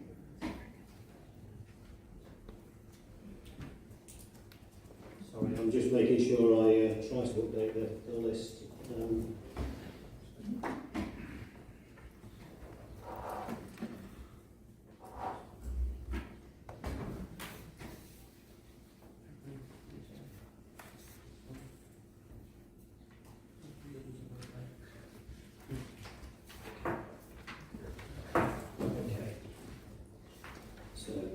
Councillor Adams. For. Councillor Bowker. For. Councillor Brand. Against. Councillor Carrington Wild. For. Councillor Carroll. For.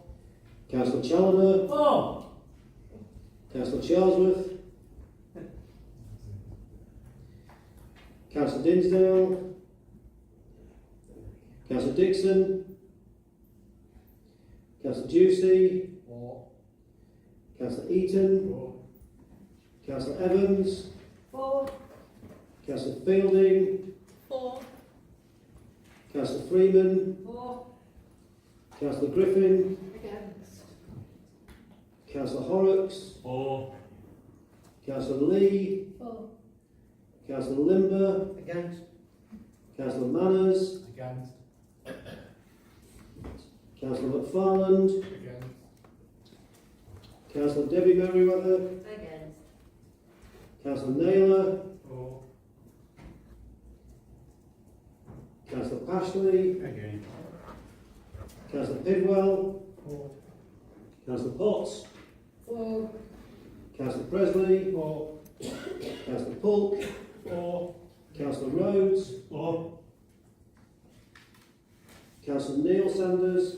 For. Councillor Schuler. For. Councillor Scotholm. For. Councillor Shaw. Councillor Shepherd. For. Councillor Slater. For. Councillor Tyndall. For.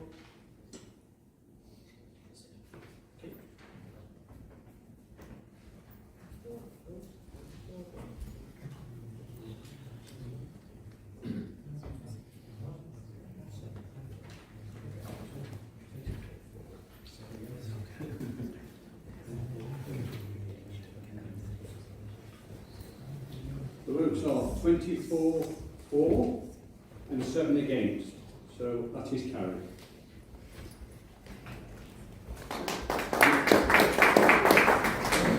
We're now going on to agenda item number 8, referrals. There are 6 referrals. The first referral is from the Licensing Committee on the 14th of January 2026, minute number 45A, Street Trading Policy Amendments. Consultation response. Key decision 1141, pages 21 to 112. Are there any comments or observations on this report? Councillor McFarlane. Thank you. I'd like to welcome this report. It's a good step forward in addressing the failings of the previous street trading policy.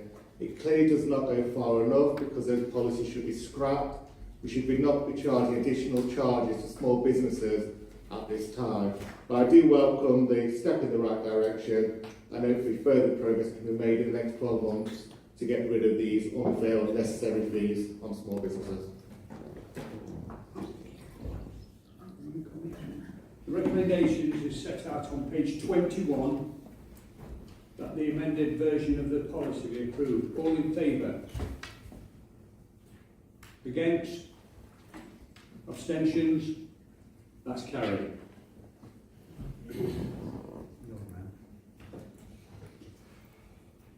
The second referral is from the Joint Employee Council on the 14th of January 2026, minute number 19, second policy, pages 113 to 128 of your agenda. Are there any comments or observations on this report? No?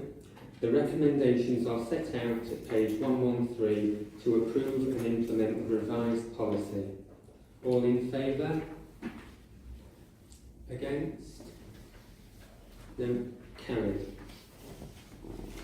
The third referral is from Joint Employee Council, Disclosure and Barring Service, DBS Policy, pages 129 to 144 of your agenda.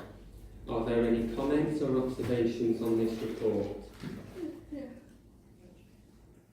The recommendations are set out at page 129 to approve and implement the revised policy. All in favour? Against? Carried.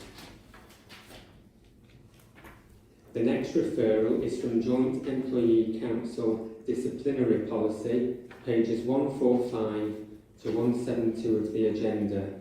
Are there any comments or observations on this report? Councillor Pashley? Thank you, Chair.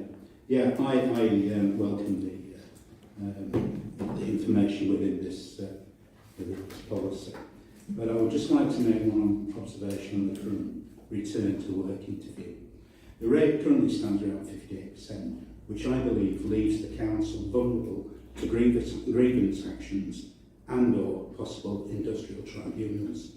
If I as an employer had been part of the performance improvement plan as a result of return to work interview, but if I was part of the 42% that hadn't received a return to work, then I would certainly be raising a grievance against BDC.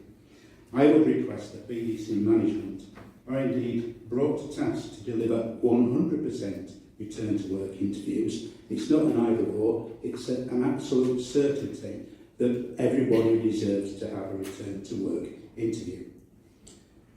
Doing so would avoid the potential of grievances and costly industrial tribunal claims against the BDC. Thank you.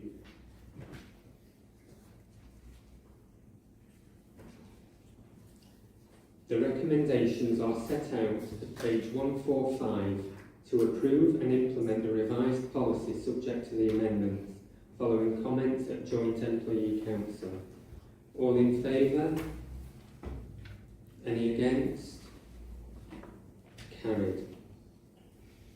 The next referral is from Joint Employee Council Additional Hours Policy, pages 173 to 188 of the agenda. Are there any comments or observations on this report? Councillor McFarlane. Thank you.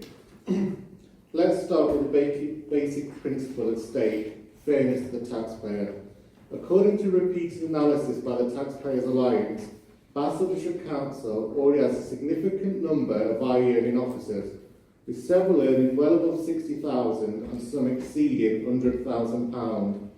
These salaries are well beyond what most residents in Basel will ever see. The average salary in Basel is around 29,000. So it is disappointing that we are here tonight discussing a pay increase for officers on grade 6 and above. Let's be fair, this is not about frontline workers, it's not about people on modest wages, it's about extending overtime pay to employees who are already earning well above the local average, at a time when residents are struggling with rising costs, rising rents and rising council tax, and cannot in good conscience support this. Well, one of the reasons that's been cited is the number of extraordinary meetings. So let's talk about why we got here for that. Over the last 3 years, this council has undergone significant constitutional changes that have reduced council's abilities to ask questions, limited scrutiny, and restricted our capacity to properly represent our constituents. When councillors are prevented from raising issues through normal channels, the only option available is more extraordinary meetings. And it seems the only reason this council hasn't made it harder to call more extraordinary meetings is because, rather inconveniently for them, it is illegal for them to do so, because this is protected under the Local Government Act. If it wasn't for that, I would expect us to have an amendment put forward to prevent us having more extraordinary meetings. Therefore, the Reform Group will not be supporting this motion this evening. We do not believe this is the right priority, and we will be voting against it. Thank you. Councillor Rose. I think the council's living in cloud cuckoo land. I mean, this is a clear, open and transparent council in which every member of the council has a right to take part, to receive the relevant information that they need to carry out their duties. So where this idea comes from that we're running some sort of closed shop, it's utter nonsense. I mean, we all know the reason for Councillor McFarlane calling his extraordinary meetings. It's so he can grandstand in front of a little audience that he invites from. That's the truth of it. It's nothing to do with the transparency of this council. It's everything to do with his overinflated ego. So let's move on quickly and stop wasting time.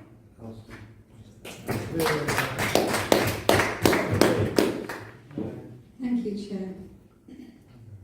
It won't be surprising to hear that I don't agree with Councillor McFarlane, but I would like to add one thing, which is that a number of the extraordinary meetings that have been called because of a failure of Councillor McFarlane to get his motions in on time, or a failure of Reform members to attend in order to present the motion, which has meant that instead of doing a decent thing and taking the motion forward to the next council meeting, an extraordinary meeting has been called because of failure and incompetence, which cost this council, therefore cost the people of Bassetlaw money.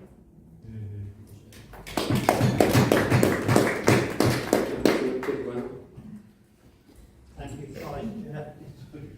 you, Just to illustrate the general point that Councillor Rose was making, by the way, the audience is going down, isn't it? Do you remember the very first one on HMOs? Yeah. It was packed, people couldn't get in. The very last one, I think it was just one person. Wonder why that is. And that was a member of the Labour Party sat at the back. So he wasn't here to listen to Councillor McFarlane. So, get to my points now. Two examples. One was, do you remember the one on support for veterans? Motion, extraordinary council called to introduce a whole list of improvements that were missing in Bassetlaw, he said. And what was it? He hadn't done his homework, had he? and he's not interested in the truth. He's on his phone again. He just blocks out any criticism that goes his way. Point of order 26.8. Mike, it's okay.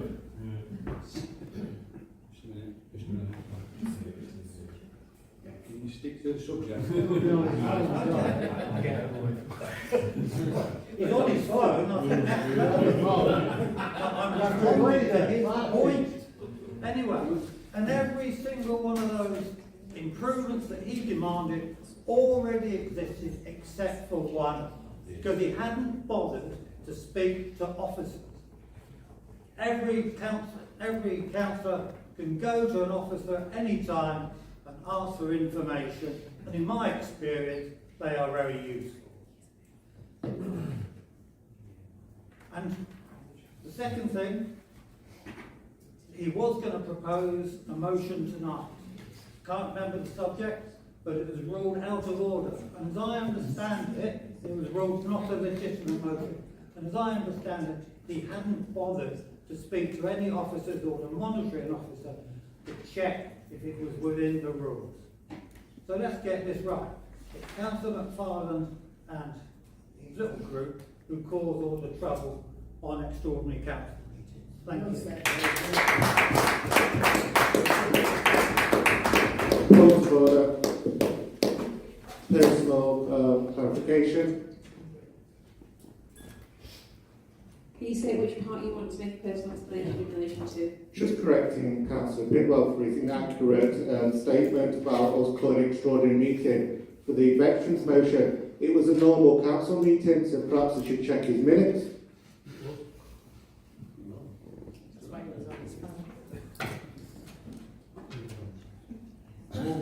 Councillor Chandler.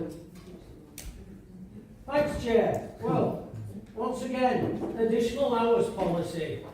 Like Councillor Rose has stated, we're open and transparent. But I bet the general public, if they got asked or said, did you know when we had that situation where that house blew up in Worktop, or we've had all this horrendous flooding and everything, there's had to be some extra hours put in first. Do you think they'd be bothered? They'd be thanking you for the work that this council puts into its emergency planning policy.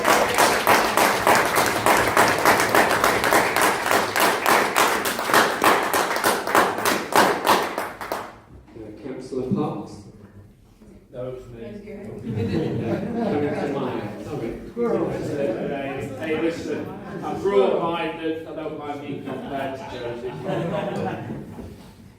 This, you sat next to me, I dare say. This council over years has actually made efforts to reduce the amount of overtime that we spend in council meetings by changing the times that we actually meet. We used to meet later in the evening, we used to meet at different locations. We're making it easier now and less time spent by officers who are valuable to this authority. Now, how many times have we had people stand up and rightly say that the officers of this authority are its greatest asset, and rightly so. Right, so let's cut the rubbish and let's finally say, right, I, as a Labour Party member of nearly 40 years, I would never expect somebody to work for nothing in this authority.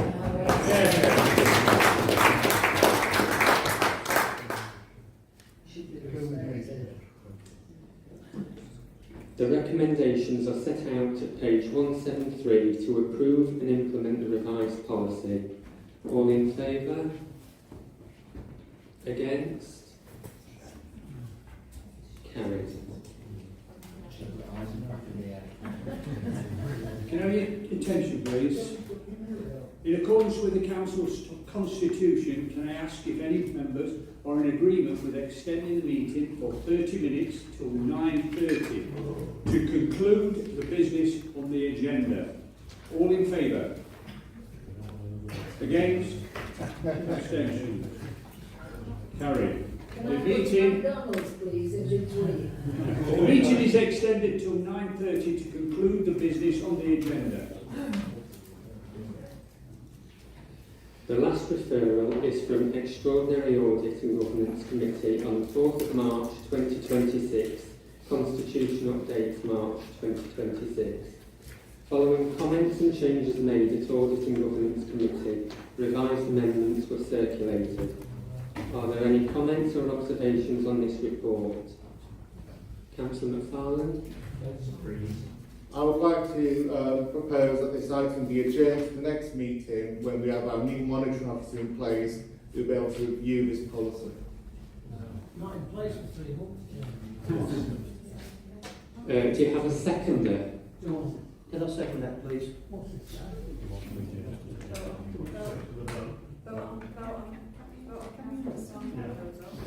Okay, we'll vote on Councillor McFarlane's proposal. All in favour? Any against? Abstentions? 4. We will now return to the original report.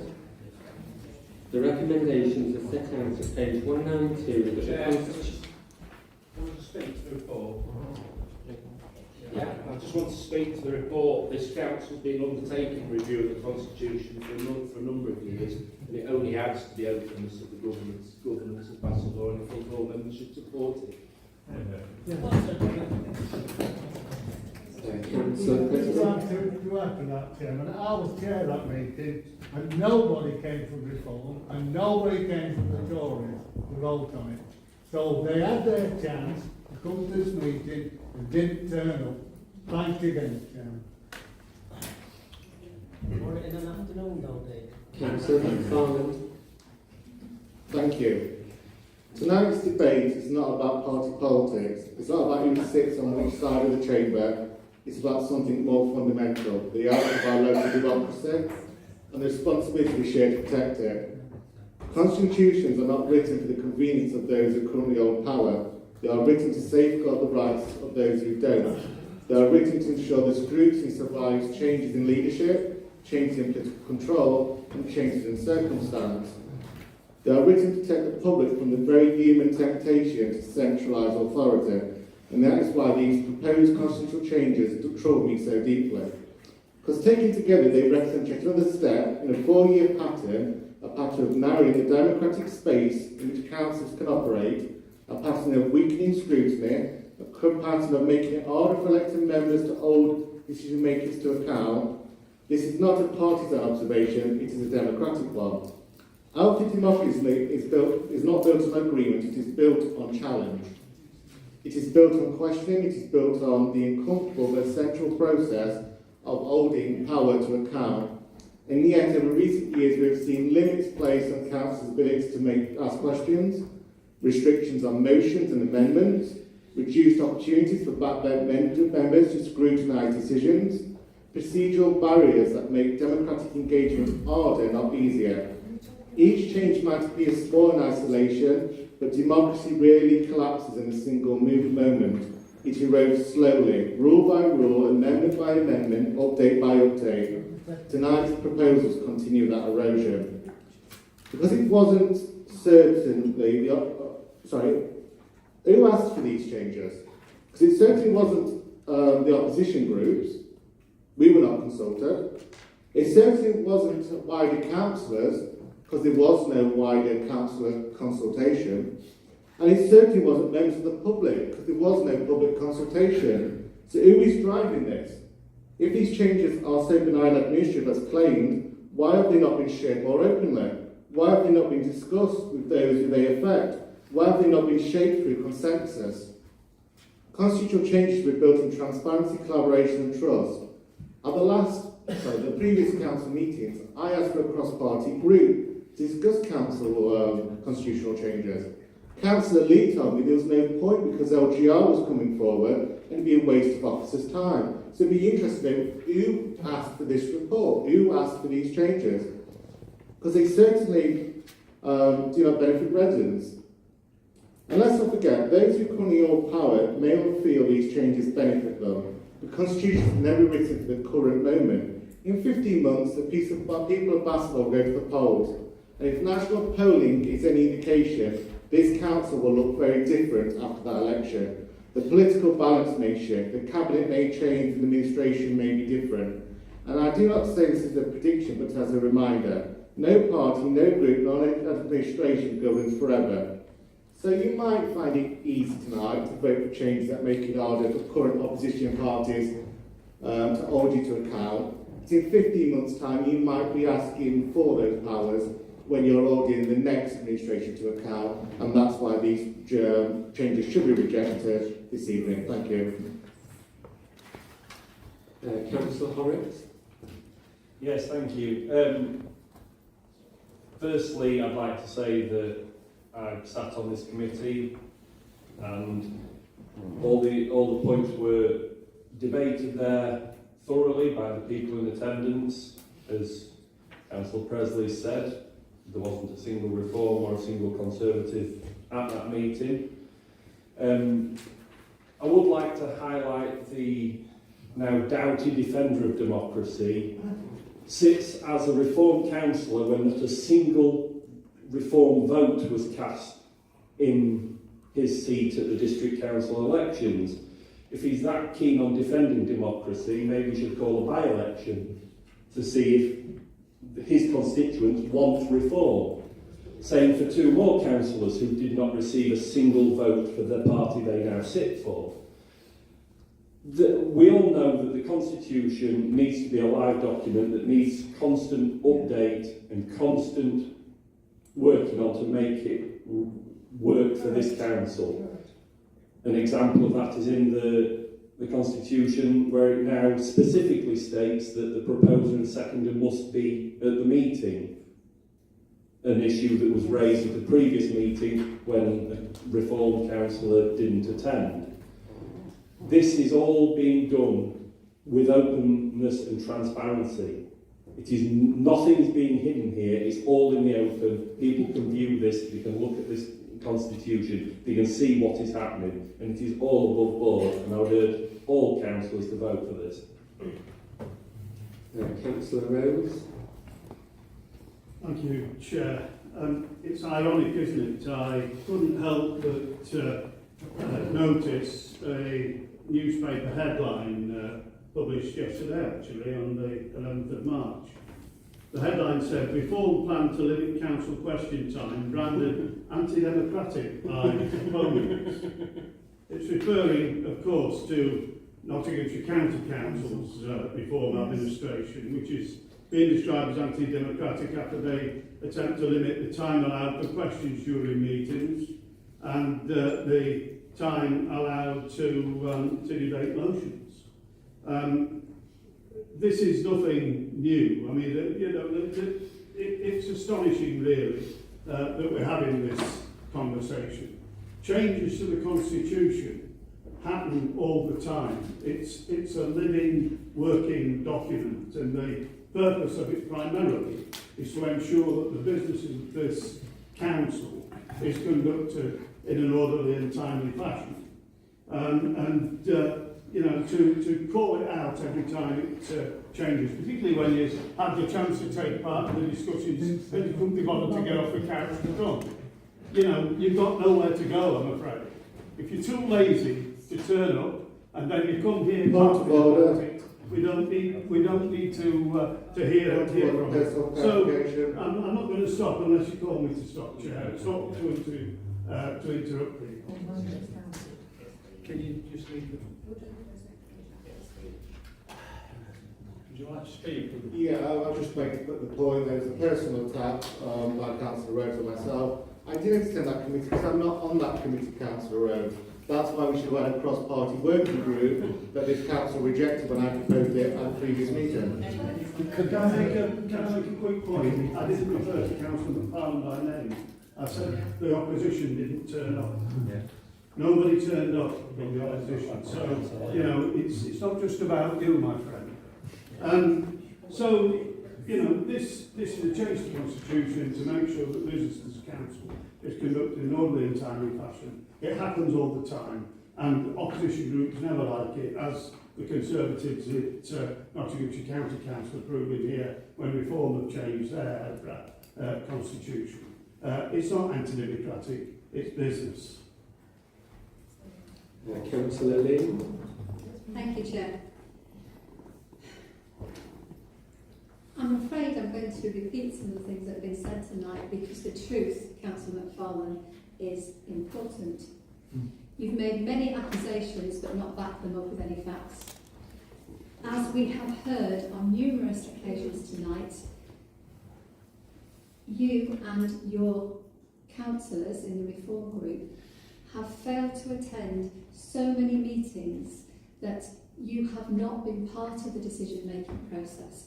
When you suggest that I put together a cross-party working group merely because councillors from Reform have failed to attend the Audit and Governance group, have failed to attend the Scrutiny group, have failed to hold this council to account, why should there be a further group set up just because you can't do the job that you are being paid to do?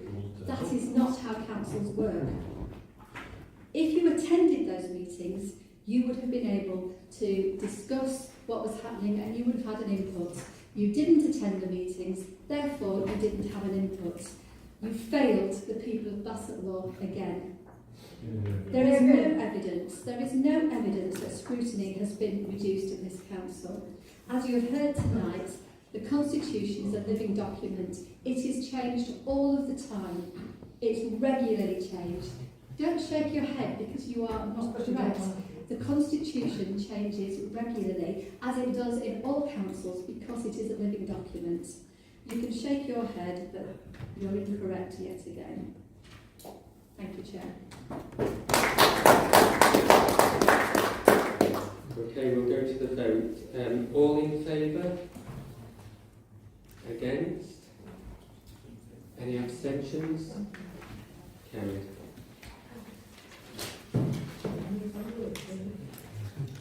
Agenda item number 9 is reports of the Chief Executive.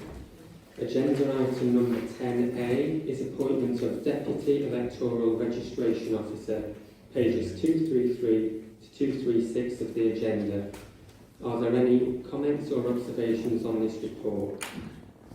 No. The recommendations are set out at page 235. All in favour? Against? Carried. Agenda item number 10 is report of the Assistant Chief Executive and Director of Corporate Resources. Beckenham Cumsaunder Community Governance Review. Outcome of initial consultation. Pages 237 to 256 of the agenda. Are there any comments or observations? Councillor Brand.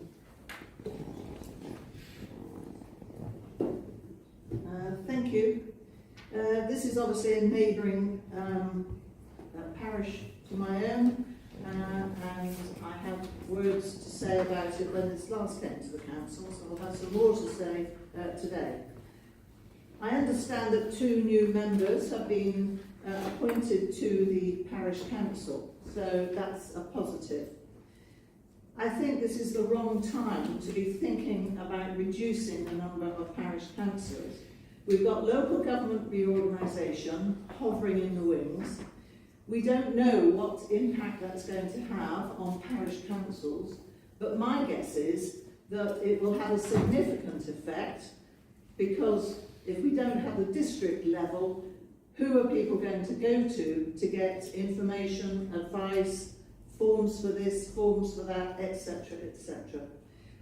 So I think any reduction in this particular parish council at the moment is it's not the right timing for it. I think we should wait and see what comes out of local government reorganisation and the impact on parishes. Thank you. The recommendations are set out on page 241. All in favour? Against? Abstentions? Carried. Agenda item number 11 is reports of the Head of Planning and Place. Agenda item number 10, 11A, is Harworth and Burcoats Neighbourhood Plan Review, consideration of examination report, enactment of recommendations and arrangement of a local referendum, pages 257 to 330. Are there any comments or observations? No. The recommendations are set out on page 264. All in favour? Against? Carried.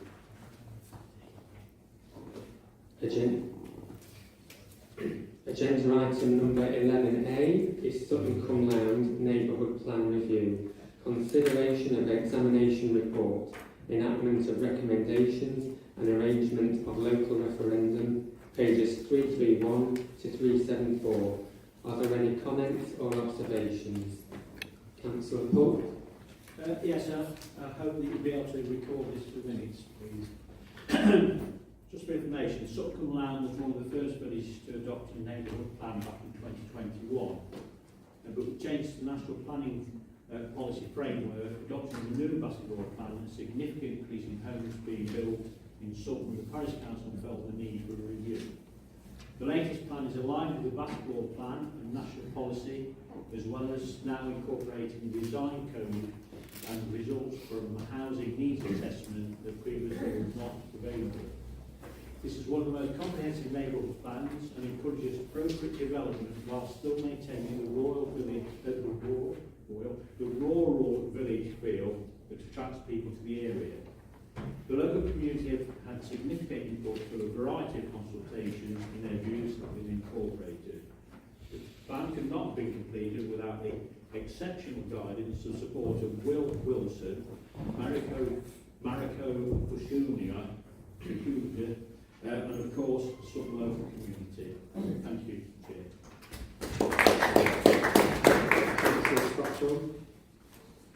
Thank you, Chair.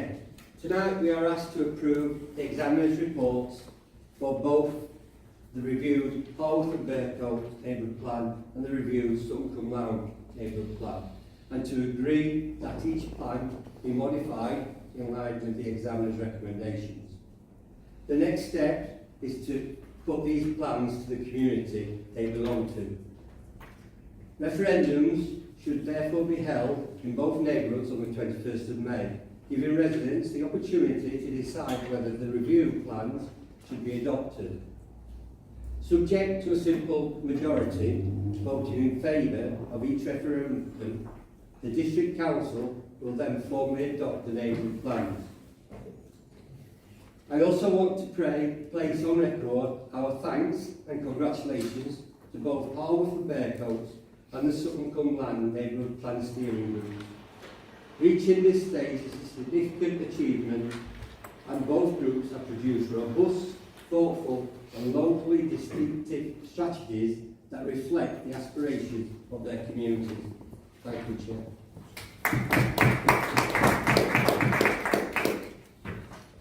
The recommendations are set out on page 338. All in favour? Against? No. Carried. Agenda item number 12 is report of the head performance and engagement, revised council petition scheme, key decision number 1158, pages 375 to 398. Are there any comments or observations? Councillor McFarland. Thank you. I've got an amendment on this and I've given the paperwork in order.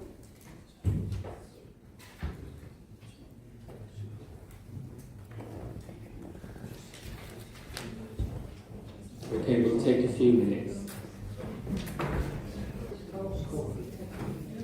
Please be seated. Councillor McFarland, would you like to speak? I would. I don't want to take up too much time on this one. The reason why I would like to see the number reduced is because I was recently at the parish council meeting in my ward, and there was an idea of putting forward a petition to this council. Well, 2,500 signatures is more than 3 times the entire population of my entire ward. It is an unachievable target. It might be something that could be met in Workshop or Retford, or maybe Arworth, depending on the turnout and the response of residents. But for too many of the rural communities, this target is unachievable, and therefore it defranchises people who live in rural communities. And that's why I'd like to see the numbers reduced to 500, to give a chance for people in rural communities to put forward petitions so they can have their voices there at this council. Thank you. Do you have a second there? I second. Does anyone want to speak on the amendment? Councillor Brown? Yeah, thank you.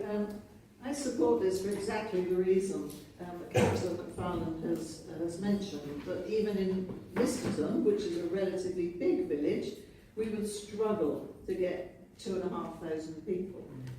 So I would support lowering that number and lowering the number of the other category, giving evidence at a public meeting. Thank you.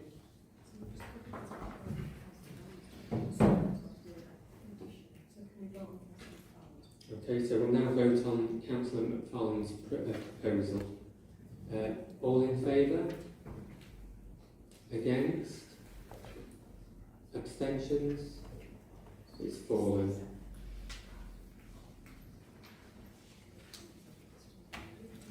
Any comments or questions on the original?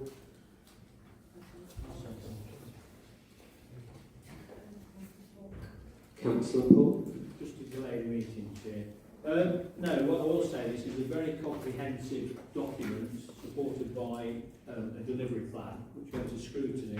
All members of scrutiny, including Council Limber, I think was there at the time, supported the document and the recommendations within this report. Surprised to see that that wasn't raised at scrutiny when the opportunity was there. It's been endorsed, re-endorsed, a lot of work's gone into this. The joint effort with the police as well as ourselves. There's a template here which actually identifies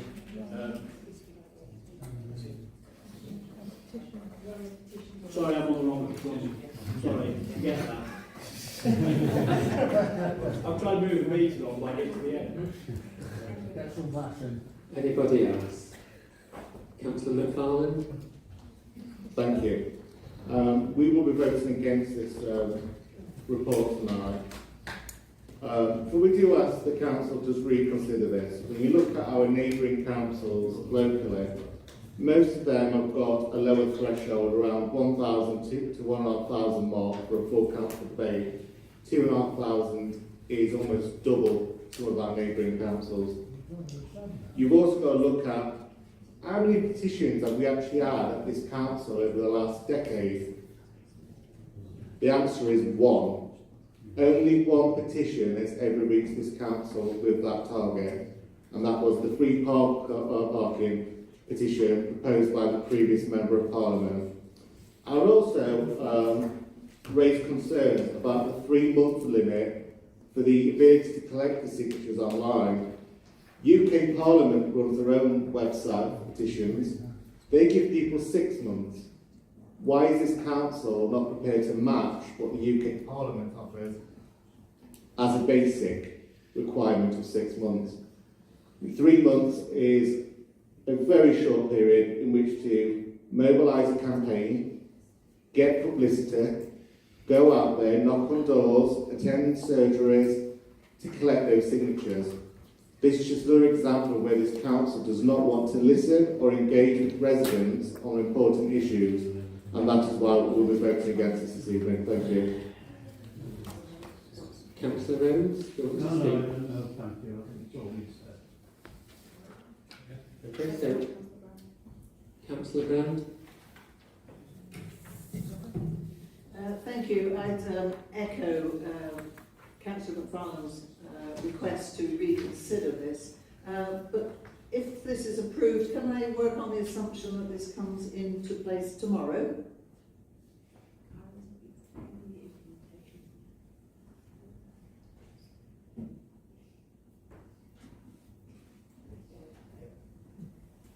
Just a bit clarified, the policy will be implemented tomorrow, but the online part is something we're going to have to work to implement over a period of time, working with our ICT department.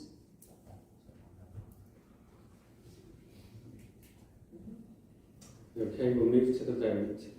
The recommendation set out on page 403. All in favour? Any against? Any abstentions? It's carried.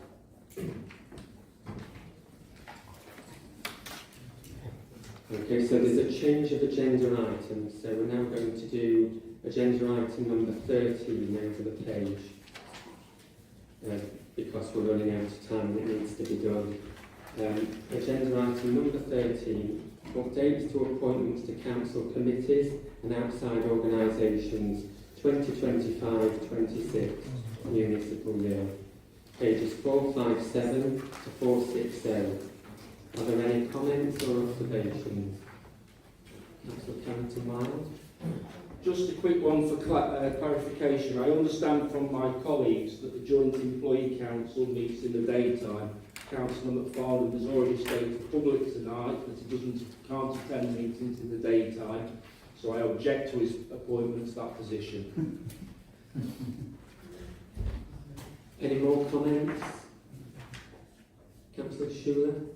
Well, it says 13B on this, but it says on the agenda 12B, so just if we can clarify. Okay,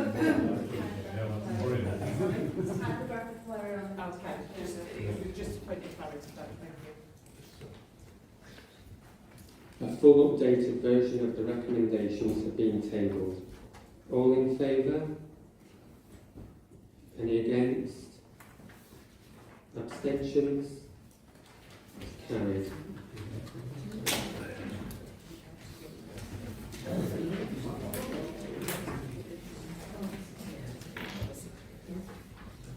Agenda item number 12 is reports of the head of legal and governance. Agenda item number 13, updated antisocial behaviour policy 2026 to 2029 and ASB plan, key decision number 1165, pages 399 to 456. Are there any comments or observations? Councillor Cole? Refer you to the answer previously given. I'd just like to say thank you for the work that's gone into this. An excellent piece of work. It clarifies things. Collaborative work with the police. A lot of work done by the Scrutiny Committee. And I think it's it's moving the organisation forward. And having said that, it's still 0-0 at Forest.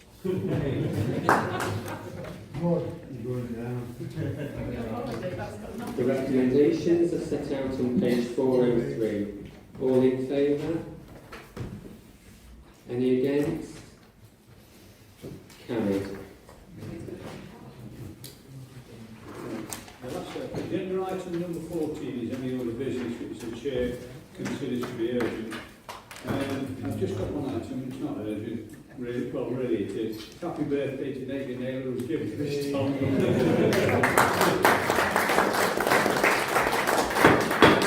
I'll now close the meeting and wish you all a good night. Thank you.